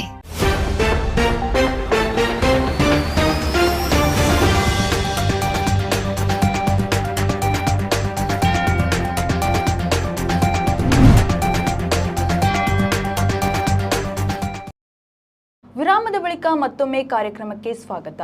Sir, ಸಾಮಾಜಿಕ ಜಾಲತಾಣದ ಮೇಲೆ ಪೊಲೀಸರು ಹದ್ದಿನ ಕಣ್ಣನ್ನ ಇಟ್ಟಿದ್ದಾರೆ. ಏನಾದರೂ ಅವಹೇಳನಕಾರಿ ಪೋಸ್ಟ್ಗಳನ್ನು ಹಾಕಿದ್ರೆ ಅವ್ರ ಮೇಲೆ ತಕ್ಷಣಕ್ಕೆ ಕ್ರಮವನ್ನ ಕೈಗೊಳ್ತಾರೆ. ಮೊದಲು ಏನಾಗ್ತಿತ್ತು ಅಂತ ಹೇಳಿದ್ರೆ, ಸಾಮಾಜಿಕ ಜಾಲತಾಣಗಳನ್ನು ಪೊಲೀಸರು ವಾಚ್ ಮಾಡ್ತಾ ಇರಲಿಲ್ಲ. ಸಾಮಾನ್ಯವಾಗಿ ಎಲ್ಲ ಪೊಲೀಸ್ ಹೆಡ್ ಕ್ವಾರ್ಟರ್ಗಳಲ್ಲಿ, ಡಿಸ್ಟ್ರಿಕ್ಟ್ ಹೆಡ್ ಕ್ವಾರ್ಟರ್ಗಳಲ್ಲಿ, ಕಮಿಷನರೇಟ್ ಇರ್ಬೋದು, ಡಿಸ್ಟ್ರಿಕ್ಟ್ ಇರ್ಬೋದು, ಒಂದು ಸೋಷಿಯಲ್ ಮೀಡಿಯಾ ಮಾನಿಟರಿಂಗ್ ಸೆಲ್ ಅಂತ ಇದೆ. ಅದಕ್ಕೆ ಒಂದು ಇಬ್ಬರು ಸ್ಟಾಫ್ಗಳನ್ನು ನಿಯುಕ್ತಿ ಮಾಡಿರ್ತಾರೆ. ಆ ಸ್ಟಾಫ್ಗಳು ಆ ಎಲ್ಲ ಜಾಲತಾಣಗಳನ್ನು ವಾಚ್ ಮಾಡ್ತಾ ಇರ್ತಾರೆ. ಯಾವ ಯಾವ ಜಾಲತಾಣದಲ್ಲಿ ಏನೆಲ್ಲ ಬರ್ತಾ ಇದ್ದಿದೆ, ಅದರಲ್ಲಿ ಆಕ್ಷೇಪಾರ್ಹ ಕಂಟೆಂಟ್ಗಳು ಇದ್ದರೆ ಅದನ್ನು ನೋಟು ಮಾಡಿಕೊಂಡು ಅದನ್ನು ಸಂಬಂಧಿತ ಪೊಲೀಸ್ ಸ್ಟೇಷನ್ಗಳಿಗೆ, ಅಂದರೆ ಒಂದು ಬಂದರ್ ಪೊಲೀಸ್ ಸ್ಟೇಷನ್ ಇರ್ಬೋದು, ಪಾಂಡೇಶ್ವರ ಪೊಲೀಸ್ ಸ್ಟೇಷನ್ ಇರ್ಬೋದು, ಉರ್ವಾ ಪೊಲೀಸ್ ಸ್ಟೇಷನ್, ಈ ರೀತಿಯಾಗಿ ಬೇರೆ ಬೇರೆ ಪೊಲೀಸ್ ಸ್ಟೇಷನ್ಗೆ ಕಳಿಸಿ ಅದರ ಬಗ್ಗೆ ಇನ್ವೆಸ್ಟಿಗೇಷನ್ ಮಾಡಿ ಅಂತ ಹೇಳ್ತಾಯಿದ್ರು. ಆ ಸ್ಟೇಷನಲ್ಲಿ ಅದಕ್ಕೆ ಸರಿಯಾದಂತಹ ಸ್ಟಾಫ್ ಇರೋದಿಲ್ಲ. ಈ ಜಾಲತಾಣಗಳನ್ನು ಇಲ್ಲಿ ಬರುವಂಥದ್ದನ್ನು ನೋಡಿಕೊಂಡು ನೀವು ಇನ್ವೆಸ್ಟಿಗೇಷನ್ ಮಾಡಬೇಕಾದ್ರೆ ಅದರ ಬಗ್ಗೆ ಸ್ವಲ್ಪವಾದರೂ ಟೆಕ್ನಿಕಲ್ ಗ್ರೌಂಡ್ ಗೊತ್ತಿರುವಂಥ ಸ್ಟಾಫ್ ಇರಬೇಕು. ಅಂಥ ಸ್ಟಾಫು ಇರೋದಿಲ್ಲ. ಅದರಿಂದಾಗಿ ಅದು ನೆನೆಗುದಿಗೆ ಬೀಳ್ತಿತ್ತು. ಅದರ ನಂತರ ಏನು ಮಾಡಿದ್ರು ಅಂತೇಳಿ, ಯಾವಾಗ ಅಬ್ದುಲ್ ರೆಹಮಾನ್ ಕೊಲೆ ಮತ್ತು ಸುಭಾಷ್ ಶೆಟ್ಟಿ ಹತ್ಯೆ ಆಯಿತಾ, ಆ ಸಂದರ್ಭದಲ್ಲಿ ಇಲ್ಲಿಗೆ ದಕ್ಷಿಣ ಮಂಗಳೂರಿಗೆ ಹೋಮ್ ಮಿನಿಸ್ಟರ್ ಬಂದರು, DG ಬಂದರು, MS ಸಲೀಂ ಸಾಹೇಬರು ಬಂದರು, L&O IG ಬಂದರು. ಇಲ್ಲೊಂದು ಮೀಟಿಂಗ್ ಆಯಿತು. ಮೀಟಿಂಗ್ ಆದಾಗ ಹೋಮ್ ಮಿನಿಸ್ಟ್ರು ಒಂದು ಮಾತು ಕೇಳಿದರು ಕಮಿಷನರ್ ಹತ್ರ, ಸಾಮಾಜಿಕ ಜಾಲತಾಣಗಳನ್ನು ಯಾರು ಮಾನಿಟರಿಂಗ್ ಮಾಡ್ತಾ ಇದ್ದಾರೆ ಅಂತೇಳಿ. ಅಲ್ಲಿವರೆಗೆ ಅಲ್ಲಿ DCRB ಅಂತ ಒಂದು ಸೆಕ್ಷನ್ ಇದೆ, ಡಿಸ್ಟ್ರಿಕ್ಟ್ ಕ್ರೈಮ್ ರೆಕಾರ್ಡ್ ಬ್ಯೂರೋ ಅಂತ ಹೇಳಿ. ಅದರಲ್ಲಿ ಸಿಟಿ ಕಮಿಷನರೇಟರಲ್ಲಿ CCRB ಅಂತ ಇದೆ, ಸಿಟಿ ಕ್ರೈಮ್ ರೆಕಾರ್ಡ್. ಯಾಕಂದ್ರೆ ACP ಇದ್ದರು. ಇವರು ಕಮಿಷನರ್ ಏನು ಮಾಡಿದರು, ರಘುಮ್ಮ ಗರ್ವಾಲ್, ಹಿಂದಿನ ಕಮಿಷನರು, ಅವರು ಸೆನ್ ಪೊಲೀಸ್ ಸ್ಟೇಷನ್ನ ACP ಅವರನ್ನು ತೋರಿಸ್ಬಿಟ್ರು. ಸರ್, ಅವರು ಹ್ಯಾಂಡಲ್ ಮಾಡ್ತಾ ಇದ್ದಾರೆ. ಅವ್ರಿಗೆ ವಿಷಯನೇ ಗೊತ್ತಿರಲಿಲ್ಲ, ಅವರು ಹ್ಯಾಂಡಲ್ ಮಾಡ್ತಲೂ ಇರಲಿಲ್ಲ. ಸೆನ್ ಅಂತ ಹೇಳಿದರೆ ಸೈಬರ್, ಎಕಾನಮಿಕ್ಸ್ ಮತ್ತು ನಾರ್ಕೋಟಿಕ್ ಸೇರಿ ಅದಕ್ಕೆ ಸಂಬಂಧಪಟ್ಟ ಅಪರಾಧಗಳನ್ನು ತನಿಖೆ ಮಾಡುವಂಥ ಒಂದು ತನಿಖಾ ಸಂಸ್ಥೆ. ಅದೊಂದು ಪೊಲೀಸ್ ಸ್ಟೇಷನ್ ಮಾದರಿ. ಅವರಿಗೆ FIR ಮಾಡುವ ಅಧಿಕಾರ ಎಲ್ಲ ಇದೆ. ಆ ಸಂಬಂಧಕ್ಕೆ ಮಾತ್ರ. ಸೈಬರ್ ಕ್ರೈಮ್ ಆದರೆ, ಆರ್ಥಿಕ ಅಪರಾಧಗಳಾದರೆ ಮತ್ತು ಮಾದಕ ದ್ರವ್ಯಗಳ ವಿಚಾರದಲ್ಲಿ ಅವರಿಗೆ FIR ಮಾಡಿ ತನಿಖೆ ಮಾಡುವಂಥ ಅಧಿಕಾರ ಇದೆ. ಅವರು ಬೇರೆ ಲಾ ಆ್ಯಂಡ್ ಆರ್ಡರ್ ಸಮಸ್ಯೆಗಳ ಬಗ್ಗೆ ತನಿಖೆ ಮಾಡಲಿಕ್ಕೆ ಆಗೋದಿಲ್ಲ. ಇದು ಸಾಮಾನ್ಯವಾಗಿ ಇದು ಸೈಬರ್ ಕ್ರೈಮ್ ಅಂತ ಆದರೂ ಸಹ ಇದಕ್ಕೆ ಬೇರೆ ಆಯಾಮ ಇದೆ. ಅದಕ್ಕೆ ಬೇರೆ ಆಯಾಮ ಇದೆ. ಇದು ಪರಸ್ಪರವಾಗಿ ಘರ್ಷಣೆಯನ್ನು ಕ್ರಿಯೇಟ್ ಮಾಡುವಂಥದ್ದು. ಇದು ಲಾ ಆ್ಯಂಡ್ ಆರ್ಡರ್ ಸಮಸ್ಯೆ. ಇದು ಲಾ ಆ್ಯಂಡ್ ಆರ್ಡರ್ ಸಮಸ್ಯೆ.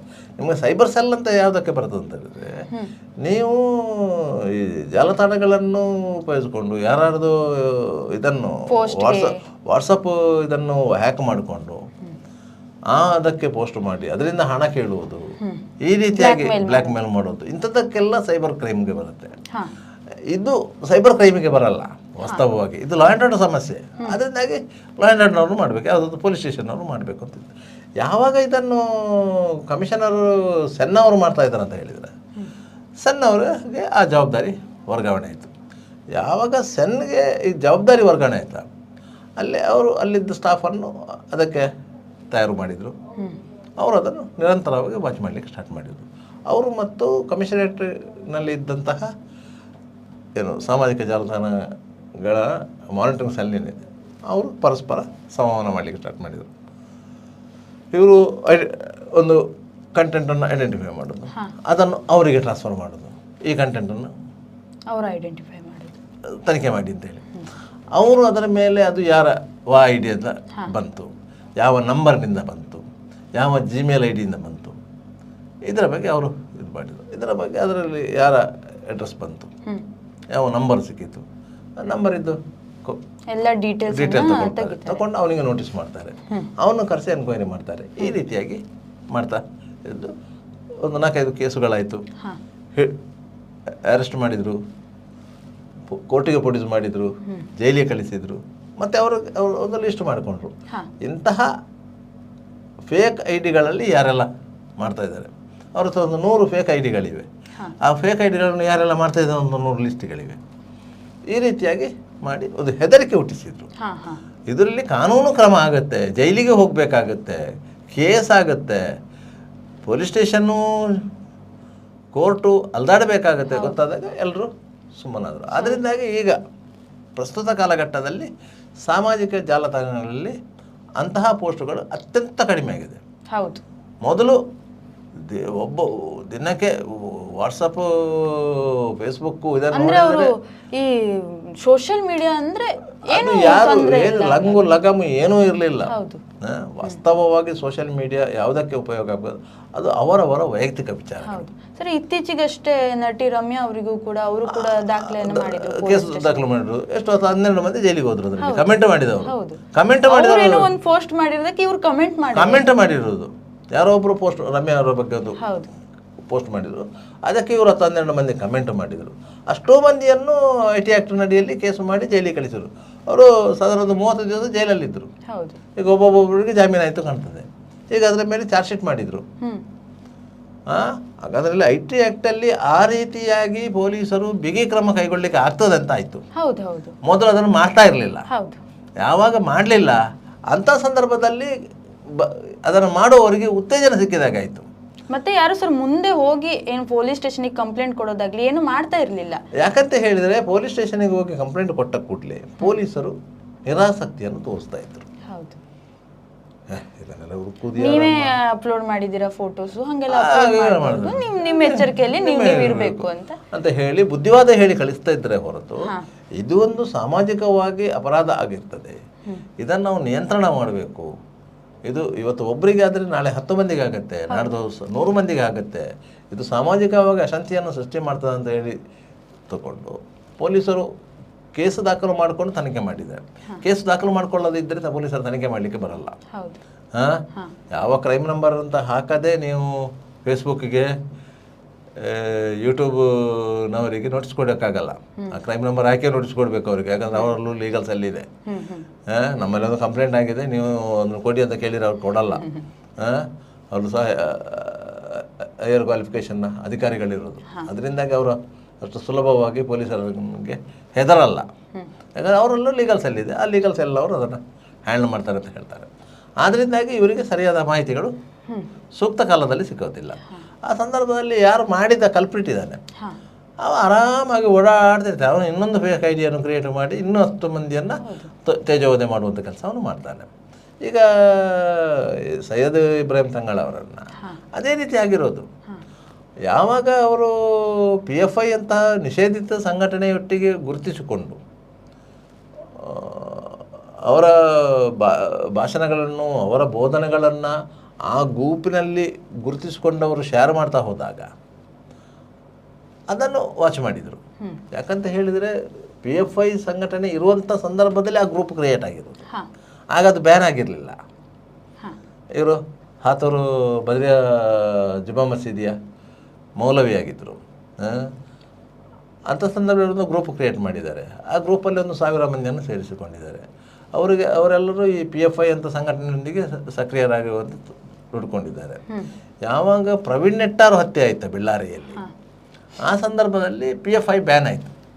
ನ್ಯಾಷನಲ್ ವೈಡಲ್ಲಿ PFI ಬ್ಯಾನ್ ಆಯಿತು.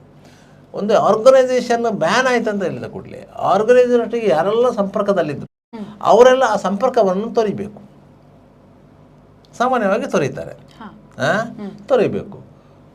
ತೊರೆಯದೇ ಇಲ್ಲದೆ ಅದು ಪುನಃ ಸಂಘಟನೆಯಲ್ಲಿ ಯಾರಿದ್ದರೆ ಅವರೊಟ್ಟಿಗೆ ಸಂಪರ್ಕದಲ್ಲಿದ್ದರೆ ಅದರಲ್ಲಿ ಯಾರಾದರೂ ಒಬ್ಬ ಕಲ್ಪ್ರಿಟ್ ಪೊಲೀಸರ ಕೈಗೆ ಸಿಕ್ಕಿದ್ರೆ ಅದರ ಚೈನ್ ಲಿಂಕ್ನಾಗಿ ಎಲ್ಲರೂ ಅದರಲ್ಲಿ ಒಳಗೆ ಬರ್ತಾರೆ.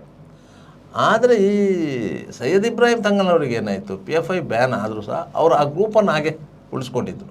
ಸಲಾಮ್ ಅಂತೇಳಿ ಒಂದು ವಾಟ್ಸಪ್ ಗ್ರೂಪು, ಅದನ್ನು ಹಾಗೆ ಉಳಿಸ್ಕೊಟ್ಟಿದ್ರು. ಅದರಲ್ಲಿ ಇದು ಪೋಸ್ಟ್ ಆಗ್ತಾ ಇತ್ತು. ಯಾವಾಗ PFI ಅಂತ ನಿಷೇಧಿತ ಸಂಘಟನೆ ಅಡಿಯಲ್ಲಿ ಇವರು ಈ ಗ್ರೂಪನ್ನು ಮೇಂಟೈನ್ ಮಾಡ್ತಾ ಇದ್ದಾರೆ, ಕಮಿಷನರು ಅದನ್ನು ವಾಚ್ ಮಾಡಿದರು, ಇದು ಅಪಾಯಕಾರಿ ಅಂತೇಳಿ. ಆಗ ಅವರು ಅದನ್ನು ಅದರ ಕೆಲವು ಕಂಟೆಂಟ್ಗಳನ್ನು ಇದು ಮಾಡಿಕೊಂಡು ಸಣ್ಣ ಪೊಲೀಸ್ ACP ಅವರಿಗೆ ಫಾರ್ವರ್ಡ್ ಮಾಡಿದರು, ಇದರ ಬಗ್ಗೆ ತನಿಖೆ ಮಾಡು ಅಂತೇಳಿ. ಹಾಗೆ ಅವರು ಹೋಗಿ ಇದು ಯಾರ್ದು ಅಂತ ಗೊತ್ತಾಗಿ ಈ ಇಬ್ರಾಹಿಂ ತಂಗಾಳ ಅವರನ್ನು ನೋಡೋಕೆ ಅವರು ಇಲ್ಲ, ಅವರಿಗೇನು ಆರೋಗ್ಯ ಸಂಬಂಧಿ ಸಮಸ್ಯೆಗೆ ಅವ್ರು ಹಾಸ್ಪಿಟ್ಲಿಗೆ ಅಡ್ಮಿಟ್ ಆಗಿದ್ರು. ಹಾಗೆ ಹೋಗಿ ಅವರು ಮನೆಯಲ್ಲೆಲ್ಲ ಅವರ ಮಿಸ್ಸಸ್ಸು ಎಲ್ಲ ಪುತ್ತೂರಲ್ಲೆಲ್ಲ ಇದ್ದಾರೆ, ಅವರು ಅಲ್ಲಿ ಆತೂರಲ್ಲಿದ್ದಾರೆ, ಅವರು ಒರಿಜಿನಲಿ ಪುತ್ತೂರು ಸಾಲುಮರದವರೇ. ಹಾಗೆ ದಕ್ಷಿಣ ಭಾರತದಲ್ಲಿ ದಕ್ಷಿಣ ಕನ್ನಡ ಜಿಲ್ಲೆಯಲ್ಲಿ ಮತ್ತು ಕಾಸರಗೋಡು ಈ ಭಾಗದಲ್ಲಿ ಆತೂರು ತಂಗಾಳ ಅಂದರೆ ದೊಡ್ಡ ಹೆಸರಿತ್ತು, ಒಳ್ಳೆಯ ಪ್ರಕಾರವಾಗಿ ಅವರ ದಿಕ್ರಮ್ ಮಜ್ಲಿಸ್ ಅಂತೇಳಿ ಒಂದು ಕಾರ್ಯಕ್ರಮ ಮಾಡ್ತಾಯಿದ್ರು, ಅದು ಸಾವಿರಾರು ಮಂದಿ ಸೇರ್ತಾಯಿದ್ರು, ಒಳ್ಳೆಯ ಮಾತುಗಾರ, ಈ ರೀತಿಯಾಗಿ ಇತ್ತು, ಒಳ್ಳೆಯ ಹೆಸರು ಇತ್ತು ಅವರಿಗೆ. ಆದ್ದರಿಂದಾಗಿ ಅವರು ಈ PFI ಸೇರಿದ್ದಾರೆ ಅಂತ ಹೇಳಿ ಅವರನ್ನು ಮಸೀದಿಯಿಂದ ಬಿಡುಗಡೆಗೊಳಿಸಿದ ನಂತರವೂ ಸಹ ಅವರ ಈ ಗುಂಪು ಸಕ್ರಿಯವಾಗಿತ್ತಲ್ಲ, ಅದನ್ನು ಇವರು ವಾಚ್ ಮಾಡಿದರು. ವಾಚ್ ಮಾಡಿದ ಪರಿಣಾಮವಾಗಿ ಏನಾಯಿತು, ಇವರು ಐಡೆಂಟಿಫೈ ಮಾಡಲ್ಲ ಇಂಥವ್ರೆ ಅಂತೇಳಿ, ಮತ್ತು ಅವರ ವಿಡಿಯೋಗಳನ್ನೆಲ್ಲ ನೋಡಿದರು. ಅದರಲ್ಲಿ ದೇಶ ವಿರೋಧಿ ಚಟುವಟಿಕೆಗಳು ನಡೀತಾ ಇದೆ ಅಂತ ಹೇಳುವಂಥ ಗುಮಾನಿ ಬಂತು. ಆದ್ದರಿಂದ ಅವರು ಎನ್ಕ್ವೈರಿಗೆ ಕರೀಲಿಕ್ಕೆ ಅಂತೇಳಿ ಹೋದಾಗ ಅವರು ಇರಲಿಲ್ಲ, ಹಾಸ್ಪಿಟಲೈಸ್ ಆಗಿದ್ದು. ಹಾಗೆ ಮನೆಯಲ್ಲಿ ಹೇಳಿ ಬಂದರು, ಅವರು ಹುಷಾರಾಗಿ ಬಂದ ಮೇಲೆ ಸ್ಟೇಷನಿಗೆ ಬರಬೇಕು ಅಂತೇಳಿ. ಹಾಗೆ ಅವರೇ ಸ್ಟೇಷನಿಗೆ ಬಂದಿರೋದು, ಸಣ್ಣ ಪೊಲೀಸ್ ಸ್ಟೇಷನಿಗೆ ಅವರೇ ಬಂದಿರೋದು.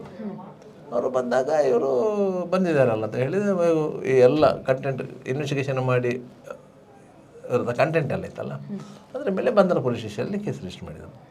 UAPA ಅಡಿಯಲ್ಲಿ ಅನ್ಲಾಫುಲ್ ಆ್ಯಕ್ಟಿವಿಟೀಸ್ ಪ್ರಿವೆನ್ಷನ್ ಆ್ಯಕ್ಟ್ 1968, ಅಂದರೆ ದೇಶದ್ರೋಹಕ್ಕೆ ಸಂಬಂಧಪಟ್ಟಂತೆ ಪೊಲೀಸರು ಹಾಕುವಂಥ ಕಾಯ್ದೆ, ವೆರಿ ಸ್ಟ್ರಾಂಗ್ ಕಾಯ್ದೆ. ಅದರಲ್ಲಿ ಆ ಕಾಯ್ದೆ ಅಡಿಯಲ್ಲಿ ಕೇಸು ದಾಖಲಾದರೆ ಇನ್ವೆಸ್ಟಿಗೇಷನ್ ಟೈಮೇ 2 ವರ್ಷ. ನೀವು ಮರ್ಡರ್ ಕೇಸಿಗೆ ಆದರೆ 90 ದಿವಸ, ಮರ್ಡರ್ ಕೇಸಿಗೆ 90 ದಿವಸ, ಅದು ಮರಣದಂಡನೆ ಶಿಕ್ಷೆ ಇರುವಂತಹ ಕೊಲೆ ಪ್ರಕರಣಕ್ಕೆ ಆರೋಪ ಪಟ್ಟಿ ಸಲ್ಲಿಸಲಿಕ್ಕೆ 90 ದಿವಸ ಇರೋದು. ಆದರೆ UAPA ಅಡಿಯಲ್ಲಿ ಕೇಸು ದಾಖಲಾದರೆ ಆರೋಪ ಪಟ್ಟಿ ಸಲ್ಲಿಸಲಿಕ್ಕೆ 2 ವರ್ಷ ಇದೆ. ಬೇಕಾದರೆ ಮತ್ತು 6 ತಿಂಗಳು ಮತ್ತು 6 ತಿಂಗಳು ಅಂತೇಳಿ ಎಕ್ಸ್ಟೆನ್ಷನ್ ತಗೊಳ್ಬೋದು. ಆರೋಪ ಪಟ್ಟಿ ಸಲ್ಲಿಸುವವರೆಗೆ ಅವರಿಗೆ ಜಾಮೀನು ಸಿಕ್ಕಲ್ಲ. ಅದು ಅಲ್ಲದೆ ಇಲ್ಲಿ ಕೋರ್ಟ್ ಇಲ್ಲ, ಬೆಂಗಳೂರಿನಲ್ಲಿರುವಂಥ ಒಂದು ಕೋರ್ಟನ್ನು NIA ಕೋರ್ಟ್ ಅಂತ ಫಿಕ್ಸ್ ಮಾಡಿದೆ. ಯಾಕಂದರೆ NIA ಫಾರ್ಮೇಷನ್ ಆಗಿರುವುದೇ ಆ ಆ್ಯಕ್ಟಿನ ಅಡಿಯಲ್ಲಿ. ಯಾವ ಆ್ಯಕ್ಟಿನ ಅಡಿಯಲ್ಲಿ ಒಂದು ತನಿಖಾ ಸಂಸ್ಥೆಯನ್ನು ಫಾರ್ಮೇಷನ್ ಮಾಡ್ತಾರೆ, ಆ ಕೋರ್ಟಿಗೆ ಆರೋಪಿಯನ್ನು ಪ್ರೊಡ್ಯೂಸ್ ಮಾಡಬೇಕು. ಅದರಿಂದ ಅವರನ್ನು ಇಲ್ಲಿ ಅರೆಸ್ಟ್ ಮಾಡಿದ್ದಾರೆ, ಕೊಂಡೋಗಿ ಬೆಂಗಳೂರಲ್ಲಿ ಪ್ರೊಡ್ಯೂಸ್ ಮಾಡಿದ್ದಾರೆ. ಬೆಂಗಳೂರಿನವರು ಪರಪನಗರ ಜೈಲಿಗೆ ಹಾಕ್ತಾರೆ, ಕಳಿಸಿದ್ದಾರೆ. ಈ ರೀತಿಯಾಗಿದೆ. ಅವರಿಗೆ ಗೊತ್ತೇ ಇಲ್ಲ ನಾನೊಬ್ಬ ಅಪರಾಧಿಯಾಗಿದ್ದೇನೆ ಅಂತೇಳಿ. ನನ್ನ ಮೇಲೆ ಇಂಥ ಒಂದು ಮಾರಕವಾದಂತಹ ಒಂದು ಕಾಯ್ದೆ ಅಡಿಯಲ್ಲಿ ನನ್ನ ಮೇಲೆ ಕೇಸ್ ಆಗಿದೆ ಎನ್ನುವುದೇ ಗೊತ್ತಿಲ್ಲ ಅವರಿಗೆ. ಅಂಥ ಪರಿಸ್ಥಿತಿಯಲ್ಲಿ ಅವರು ಬಂದಿದ್ದಾರೆ. ಗೊತ್ತಿದ್ದರೆ ಅವರು ಬರ್ತಾ ಇರಲಿಲ್ಲ, ಅವರು ವಕೀಲರಲ್ಲಿ ಹೋಗ್ತಾಯಿದ್ರು. ಪೊಲೀಸರನ್ನು ಕರೆದಿದ್ದಾರೆ ಒಂದು ಕೇಳು ಅಂತ ಹೇಳಿ. ಆಗ ವಕೀಲರು ವಿಚಾರಿಸಿ ಏನಾದರೂ ಹೇಳ್ತಾಯಿದ್ರು, ನೀವು ಪೊಲೀಸ್ ಸ್ಟೇಷನ್ ಹೋದರೆ ನೀವು ಜೈಲಿಗೆ ಹೋಗ್ತೀನಿ ಅಂತ ಹೇಳ್ತಾರೆ. ಅದಕ್ಕೆ ಏನಾದರೂ ಬೇರೆ ಪರಿಹಾರ ಹುಡುಕುವ ಪ್ರಯತ್ನ ಮಾಡ್ತಾಯಿದ್ರು. ಇದರಲ್ಲಿ ಹೀಗೆ ಆಗೋದು. ಯಾಕಂದರೆ ಕೇವಲ ಒಂದು ಫೇಸ್ಬುಕ್ನಲ್ಲಿ ಒಂದು ಗ್ರೂಪ್ ಮಾಡಿ ಈ ರೀತಿಯಾಗಿ ಸಂದೇಶಗಳನ್ನು ಹರಡಿದ್ರು ಸಹ ಅದು ದೇಶದ್ರೋಹದಂಥ ಕಾಯ್ದೆ ಅಡಿಯಲ್ಲಿ ಅಪರಾಧ ಆಗ್ತದಂತೆ. ಆದರೆ ಈ ಸಾಮಾಜಿಕ ಜಾಲತಾಣಗಳನ್ನು ಬಳಸುವಂಥ ಯುವಕರು ಆಲೋಚನೆ ಮಾಡಬೇಕಾ ಬೇಡ? ಜೈಲಿನ ಬಾಗಿಲವರೆಗೆ ಕೊಂಡೋಗಿ ಬಿಡ್ತದಂತಾದ್ರೆ ಆ ಕಾಯ್ದೆ, ಆ ಚಟ ಯಾರು ಊಹೆನೂ ಮಾಡಿರೋದಿಲ್ಲ. ಯಾರು ಊಹೆ ಸೋಶಿಯಲ್ ಮೀಡಿಯಾದಿಂದ ಇಷ್ಟೆಲ್ಲ ತೊಂದರೆ ಆಗ್ತಾ ಇದೆ, ಯಾರು ಊಹೆ ಮಾಡಿರೋದು. ಸೋಷಿಯಲ್ ಮೀಡಿಯಾವನ್ನು ಬಳಸಿ.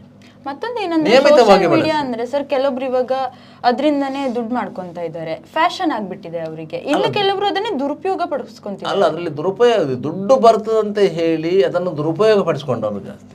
ಹೌದು ಹೌದು. ನೀವು ನಿಮ್ಮ ಅಭಿಪ್ರಾಯಗಳನ್ನು ಸಾರ್ವಜನಿಕವಾಗಿ ನೀವು ವ್ಯಕ್ತಪಡಿಸುವಂಥ ಸಂದರ್ಭದಲ್ಲಿ ನಿಮಗೆ ಸಾಮಾಜಿಕ ಜವಾಬ್ದಾರಿ ಬೇಕು. ಯಾರಿಗೇ ಆದರೂ ನಾವೆಷ್ಟು ಎಚ್ಚರಿಕೆಯಿಂದ ಇರ್ತೀವೋ ಸಾಮಾಜಿಕ ಜವಾಬ್ದಾರಿ ಬೇಕು. ನನ್ನ ಮಾತಿನಿಂದ ಸಮಾಜದಲ್ಲಿ ಏನಾದರೂ ಅಲ್ಲೋಲ ಕಲ್ಲೋಲ ಆಗ್ಬೋದಾ, ಸಮಾಜದಲ್ಲಿ ಬೇರೆ ರೀತಿಯಲ್ಲಿ ಸಂದೇಶಗಳು ಹೋಗ್ಬೋದಾ, ಅದನ್ನು ನಾವು ಅರ್ಥ ಮಾಡ್ಕೋಬೇಕು. ನಾವೊಂದು ಧಾರ್ಮಿಕ ವಿಚಾರವಾಗಿ ಮಾತಾಡ್ಬೋದಾಗಲಿ, ಒಂದು ಸಿನಿಮಾದ ಬಗ್ಗೆ ಈಗ ಕಾಂತಾರದ ಸಿನಿಮಾದ ಬಗ್ಗೆ ಮೊನ್ನೆಯಿಂದ 2 ಗ್ರೂಪ್ಗಳ ಮಧ್ಯೆ ಚರ್ಚೆ ಆಗ್ತಾ ಇದೆ. ಆ ಸಿನಿಮಾದಲ್ಲಿ ದೈವಾರಾಧನೆಯನ್ನು ತೋರಿಸಿದ್ದು ಸರಿಯೋ ತಪ್ಪು, ಅದನ್ನು ಯಾಕೆ ತೋರಿಸಿದ್ರು, ಅದು ದೈವಾರಾಧನೆಗೆ ಅಪಚಾರ ಅಲ್ವಾ, ಈ ರೀತಿಯಾಗಿ ಬರ್ತದೆ. ಕಾಂತಾರ ಬಂದಾಗಲೂ ಸಹ ದೈವದ ಕಾರಣಿಕವನ್ನು ಆ ಚಿತ್ರದಲ್ಲಿ ಅಷ್ಟು ಅಚ್ಚುಕಟ್ಟಾಗಿ ತೋರಿಸಿದ್ದಾರೆ. ಆ ಸಂದರ್ಭದಲ್ಲಿ ಸಹ ಅಪಸ್ವರ ಇತ್ತು. ಆದರೆ ಕಾಂತಾರ ಚಾಪ್ಟರ್ 1 ಬಂದಾಗ ಆ ಅಪಸ್ವರ ಬೇರೆ ಮಟ್ಟಕ್ಕೆ ಹೋಯಿತು. ಅದು ಮಾತನಾಡುವವರು ಯಾರು? ದೇವರುಗಳ ಬಗ್ಗೆ ಸರಿಯಾದ ತಿಳುವಳಿಕೆ ಇಲ್ಲದವರು ಸೋಷಿಯಲ್ ಮೀಡಿಯಾದಲ್ಲಿ ಮಾತಾಡ್ತಾ ಇರುವುದು. ತಿಳುವಳಿಕೆ ಇರೋದಿಲ್ಲ, ಇಲ್ಲ, ಒಟ್ಟರಶಿ ಮಾಡ್ತಾರೆ.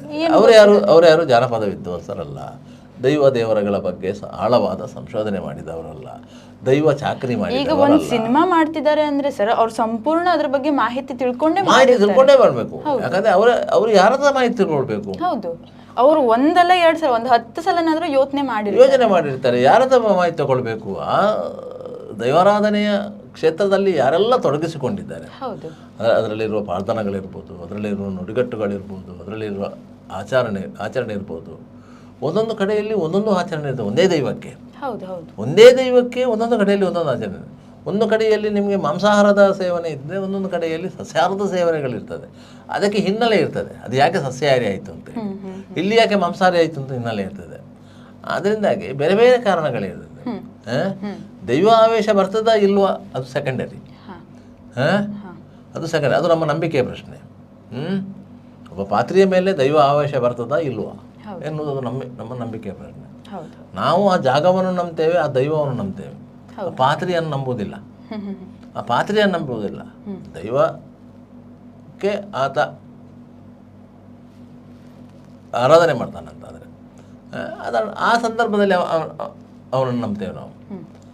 ಅವ ವೇಷ ಕಳಿಸಿದ ಮೇಲೆ ಅವನು ಸಾಮಾನ್ಯ ಮನುಷ್ಯನೇ ಅಂತ ವಿಚಾರದಲ್ಲಿ ಈಗ ಚರ್ಚೆಗಳಾಗ್ತಾ ಇದೆ. ಸಾಮಾಜಿಕ ಜಾಲತಾಣದಲ್ಲಿ ಚರ್ಚೆ ಆಗ್ತದೆ. ಅದು ಸಹ ಕೆಟ್ಟದ್ರ ಬಗ್ಗೆನೂ ಹೇಳ್ತಾರೆ, ಒಳ್ಳೆದ್ರ ಬಗ್ಗೆನೂ ಕೆಟ್ಟದ ಬಗ್ಗೆ ಹೇಳ್ತಾರೆ, ಕೆಟ್ಟದಾಗಿಯೂ ಹೇಳ್ತಾರೆ, ಒಳ್ಳೆದರ ಬಗ್ಗೆ ಹೇಳ್ತಾರೆ, ಒಳ್ಳೆದಾಗಿಯೂ ಹೇಳ್ತಾರೆ.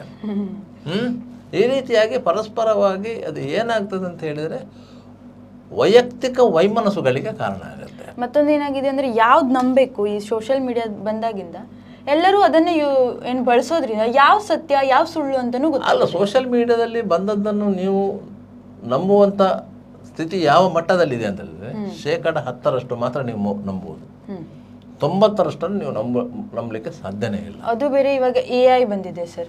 AI ಬಂದಿದೆ, ಯಾವ ಸೀನನ್ನು ಸಹ ಪುನರ್ ಸೃಷ್ಟಿ ಮಾಡ್ಬೋದು, ಕ್ರಿಯೇಟ್ ಮಾಡ್ಬೋದು, ಎಲ್ಲವನ್ನು ಮಾಡಿ ನೀವನ್ನು ನಂಬಿಸುವಂತೆ ಮಾಡ್ಬೋದು. ಅದರಿಂದಾಗಿ ನಾವು ಹಲವಾರು ನಿದರ್ಶನಗಳನ್ನು ನಾವು ಇದೊಂದು AI ಇಮೇಜ್ ಅಥವಾ ಇದೊಂದು AI ಮೂಲಕ ಆಗಿರುವಂತ ಒಂದು ವಿಡಿಯೋ ಅಂತ ಸಹ ಗೊತ್ತೇ ಆಗ ರೀತಿಯಲ್ಲಿ ಅದನ್ನು ಕ್ರಿಯೇಟ್ ಮಾಡಿ ಸೋಷಿಯಲ್ ಮೀಡಿಯಾದಲ್ಲಿ ಹರಿಯಬಿಡ್ತಾ ಇದ್ದಾರೆ. ಜನರು ಅದನ್ನು ನಂಬ್ತಾ ಇದ್ದಾರೆ. ಇದರಿಂದಾಗಿ ಸಮಾಜದಲ್ಲಿ ಅನಪೇಕ್ಷಿತ ಘಟನೆಗಳಿಗೆಲ್ಲ ಕಾರಣವಾಗುತ್ತೆ. ಅದರಿಂದಾಗಿ ಇಂತಹ ಸೋಷಿಯಲ್ ಮೀಡಿಯಾವನ್ನು ಈಗ ಏನು ಪೊಲೀಸ್ ಇಲಾಖೆ ನಿಯಂತ್ರಣ ಮಾಡ್ತಾ ಇದೆ ಅದನ್ನು ಇನ್ನಷ್ಟು ಕಟ್ಟುನಿಟ್ಟಾಗಿ ನಿಯಂತ್ರಣ ಮಾಡಬೇಕು. ಯಾರು ಸಂಬಂಧಿತರು ಇರಲಿ ಅವರ ಮೇಲೆ ಕಾನೂನು ಕ್ರಮ ಆಗಬೇಕು. 4 ಮಂದಿ ಜೈಲಿಗೆ ಹೋದ್ರೆ 40 ಮಂದಿಗೆ ಬುದ್ಧಿ ಬರುತ್ತೆ, ಅಷ್ಟೇ ಆಗುತ್ತೆ. ಅಲರ್ಟ್ ಆಗಿರ್ತಾರೆ. ನಾವು ಆ ವಿಚಾರದಲ್ಲಿ ತಪ್ಪು ಮಾಡಬಾರ್ದು ಅಂತ, ಯಾಕಂದ್ರೆ ನಮಗೂ ಇಲ್ಲಿ ಶಿಕ್ಷೆ ಆಗುತ್ತೆ. ಅದರಿಂದ ಸೋಷಿಯಲ್ ಮೀಡಿಯಾವನ್ನು ಸಮಾಜದ ಒಳಿತಿಗಾಗಿ ಬಳಸ್ಕೊಳ್ಳಿ, ಪರಸ್ಪರ ಸಂವಹನಕ್ಕಾಗಿ ಬಳಸ್ಕೊಳ್ಳಿ, ಯಾವುದೋ ಒಂದು ಮೆಸೇಜನ್ನು ಪಾಸ್ ಮಾಡಲಿಕ್ಕೆ ಬಳಸ್ಕೊಳ್ಳಿ. ಮನೋರಂಜನೆ ಇರ್ಬೋದು, ಯಾವುದಾದ್ರೂ ಹೇಳ್ಬೋದು. ಒಂದು ಆಸ್ಪತ್ರೆಯಲ್ಲಿದ್ದವರಿಗೆ ಸಹಾಯ ಮಾಡಬೇಕಾದ್ರೆ ಅಂಥ ಸಂದರ್ಭದಲ್ಲಿ ಬಳಸ್ಕೊಳ್ಳಿ. ಒಂದು ಮಾಹಿತಿಗಳನ್ನು ವ್ಯಾಪಕವಾಗಿ ನೀವು ಹರಡಬೇಕು ಅಂತ ಆದರೆ ಉಪಯುಕ್ತವಾದ ಮಾಹಿತಿಯನ್ನು ಆ ಸಂದರ್ಭದಲ್ಲಿ ಬಳಸ್ಕೊಳ್ಳಿ. ಸರ್ಕಾರದ ಸಾಧನೆಗಳು, ಸರ್ಕಾರದ ಸೌಲಭ್ಯಗಳು ಇದನ್ನು ಬಳಸಲಿಕ್ಕೆ ಈ ಸಂದರ್ಭವನ್ನು ಬಳಸ್ಕೊಳ್ಳಿ. ಅದು ಬಿಟ್ಟು ವೈಯಕ್ತಿಕವಾಗಿ ಯಾರನ್ನು ನೋಯಿಸುವಂಥ ಕೆಲಸಕ್ಕೆ ಕೈ ಹಾಕಬೇಡಿ. ಸರ್, ಇವಿಷ್ಟು ಮಾಹಿತಿ ನೀಡಿದ ನಿಮಗೆ ಧನ್ಯವಾದಗಳು. ಇದಾಗಿತ್ತು ಈ ಹೊತ್ತಿನ ಸುದ್ದಿಗೊಂದು ಗುದ್ದು. ನಿರಂತರ ಸುದ್ದಿ, ಮಾಹಿತಿ ಮತ್ತು ಮನೋರಂಜನೆಗಾಗಿ ವೀಕ್ಷಿಸಿ ವಿ4 news.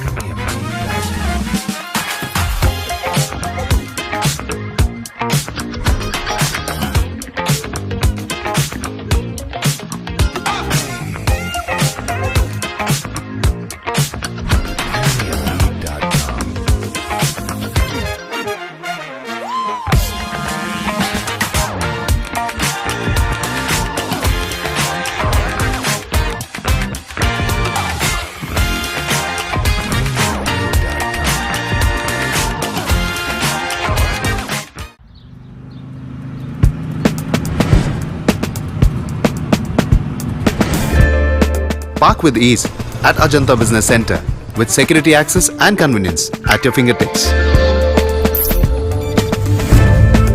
Step into a welcoming lobby where a warm smile greets you and your clients. With top-tier amenities, Ajanta set the stage for our success, leading us to Ashoka Business Center as a next upgrade. Invest in workspaces managed by Vertex. Invest Smart. Invest in Mangaluru. The Father Mullah Charitable Institutions, the most modern linear accelerator, only one of its kind in this region for specific burning of cancer cells. We have all precision equipments and instruments for both invasive and non-invasive surgical procedures and diagnosis, ultrasonic color Doppler, CT scan and MRI machines.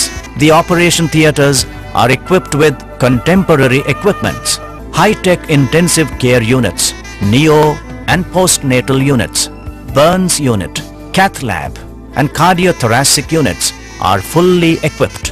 Our NICU is the largest in the city. The blood bank and cell separator and casualty are 24-hour services. The Father Mullah Charitable Institutions.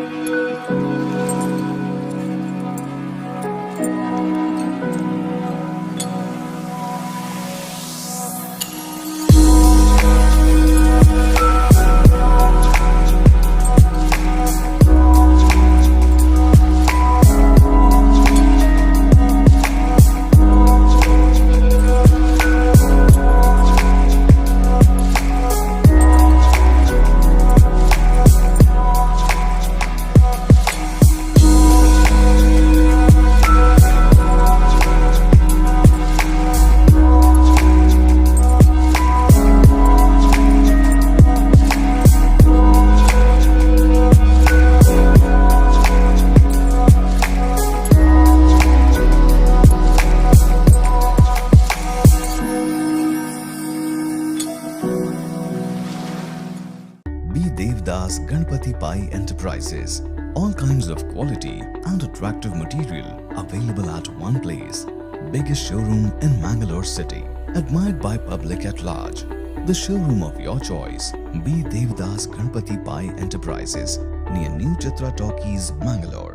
AJ Hospital and Research Center is a leading advanced tertiary healthcare center of India, serving the coastal citizens and spreading good health across the sea line. AJ Hospital and Research Center is a specialized Medicare center providing service to more than 30 major medical disciplines, embracing new technologies to offer high-level healthcare that matches the best in the country.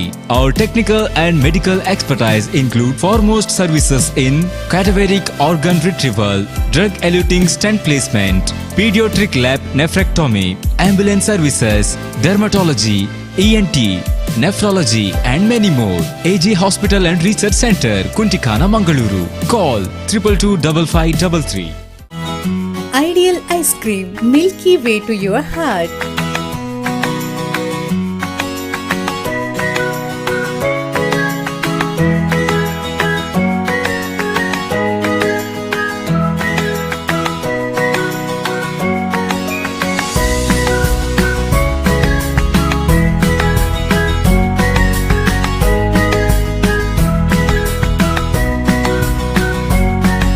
Embellished with a variety of fruits and flavored with rich crunch and chips. They treat your taste buds. Ideal ice cream.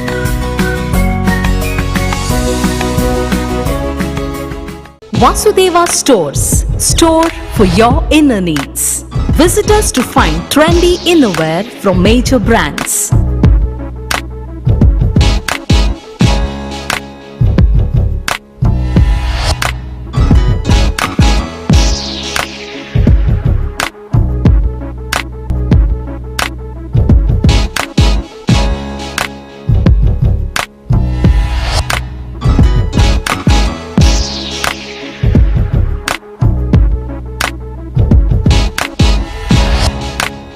Visit Vasudeva Stores, ground floor, Ideal Towers near Sharavu Ganapati Temple, Mangaluru.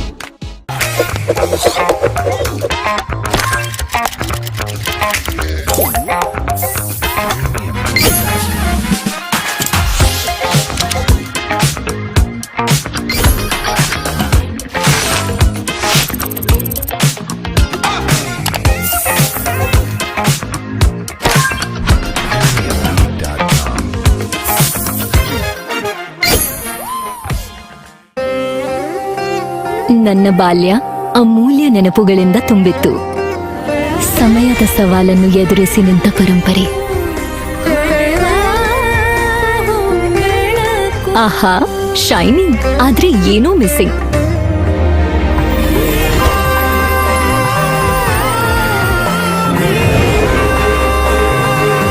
ಶತಮಾನದ ವಾರಸುದಾರಿಕೆಯ ಹೊಸ ಮುಖ ಭೀಮಾ. ಬದಲಾವಣೆ ಹೊಳೆಯುತ್ತಿದೆ.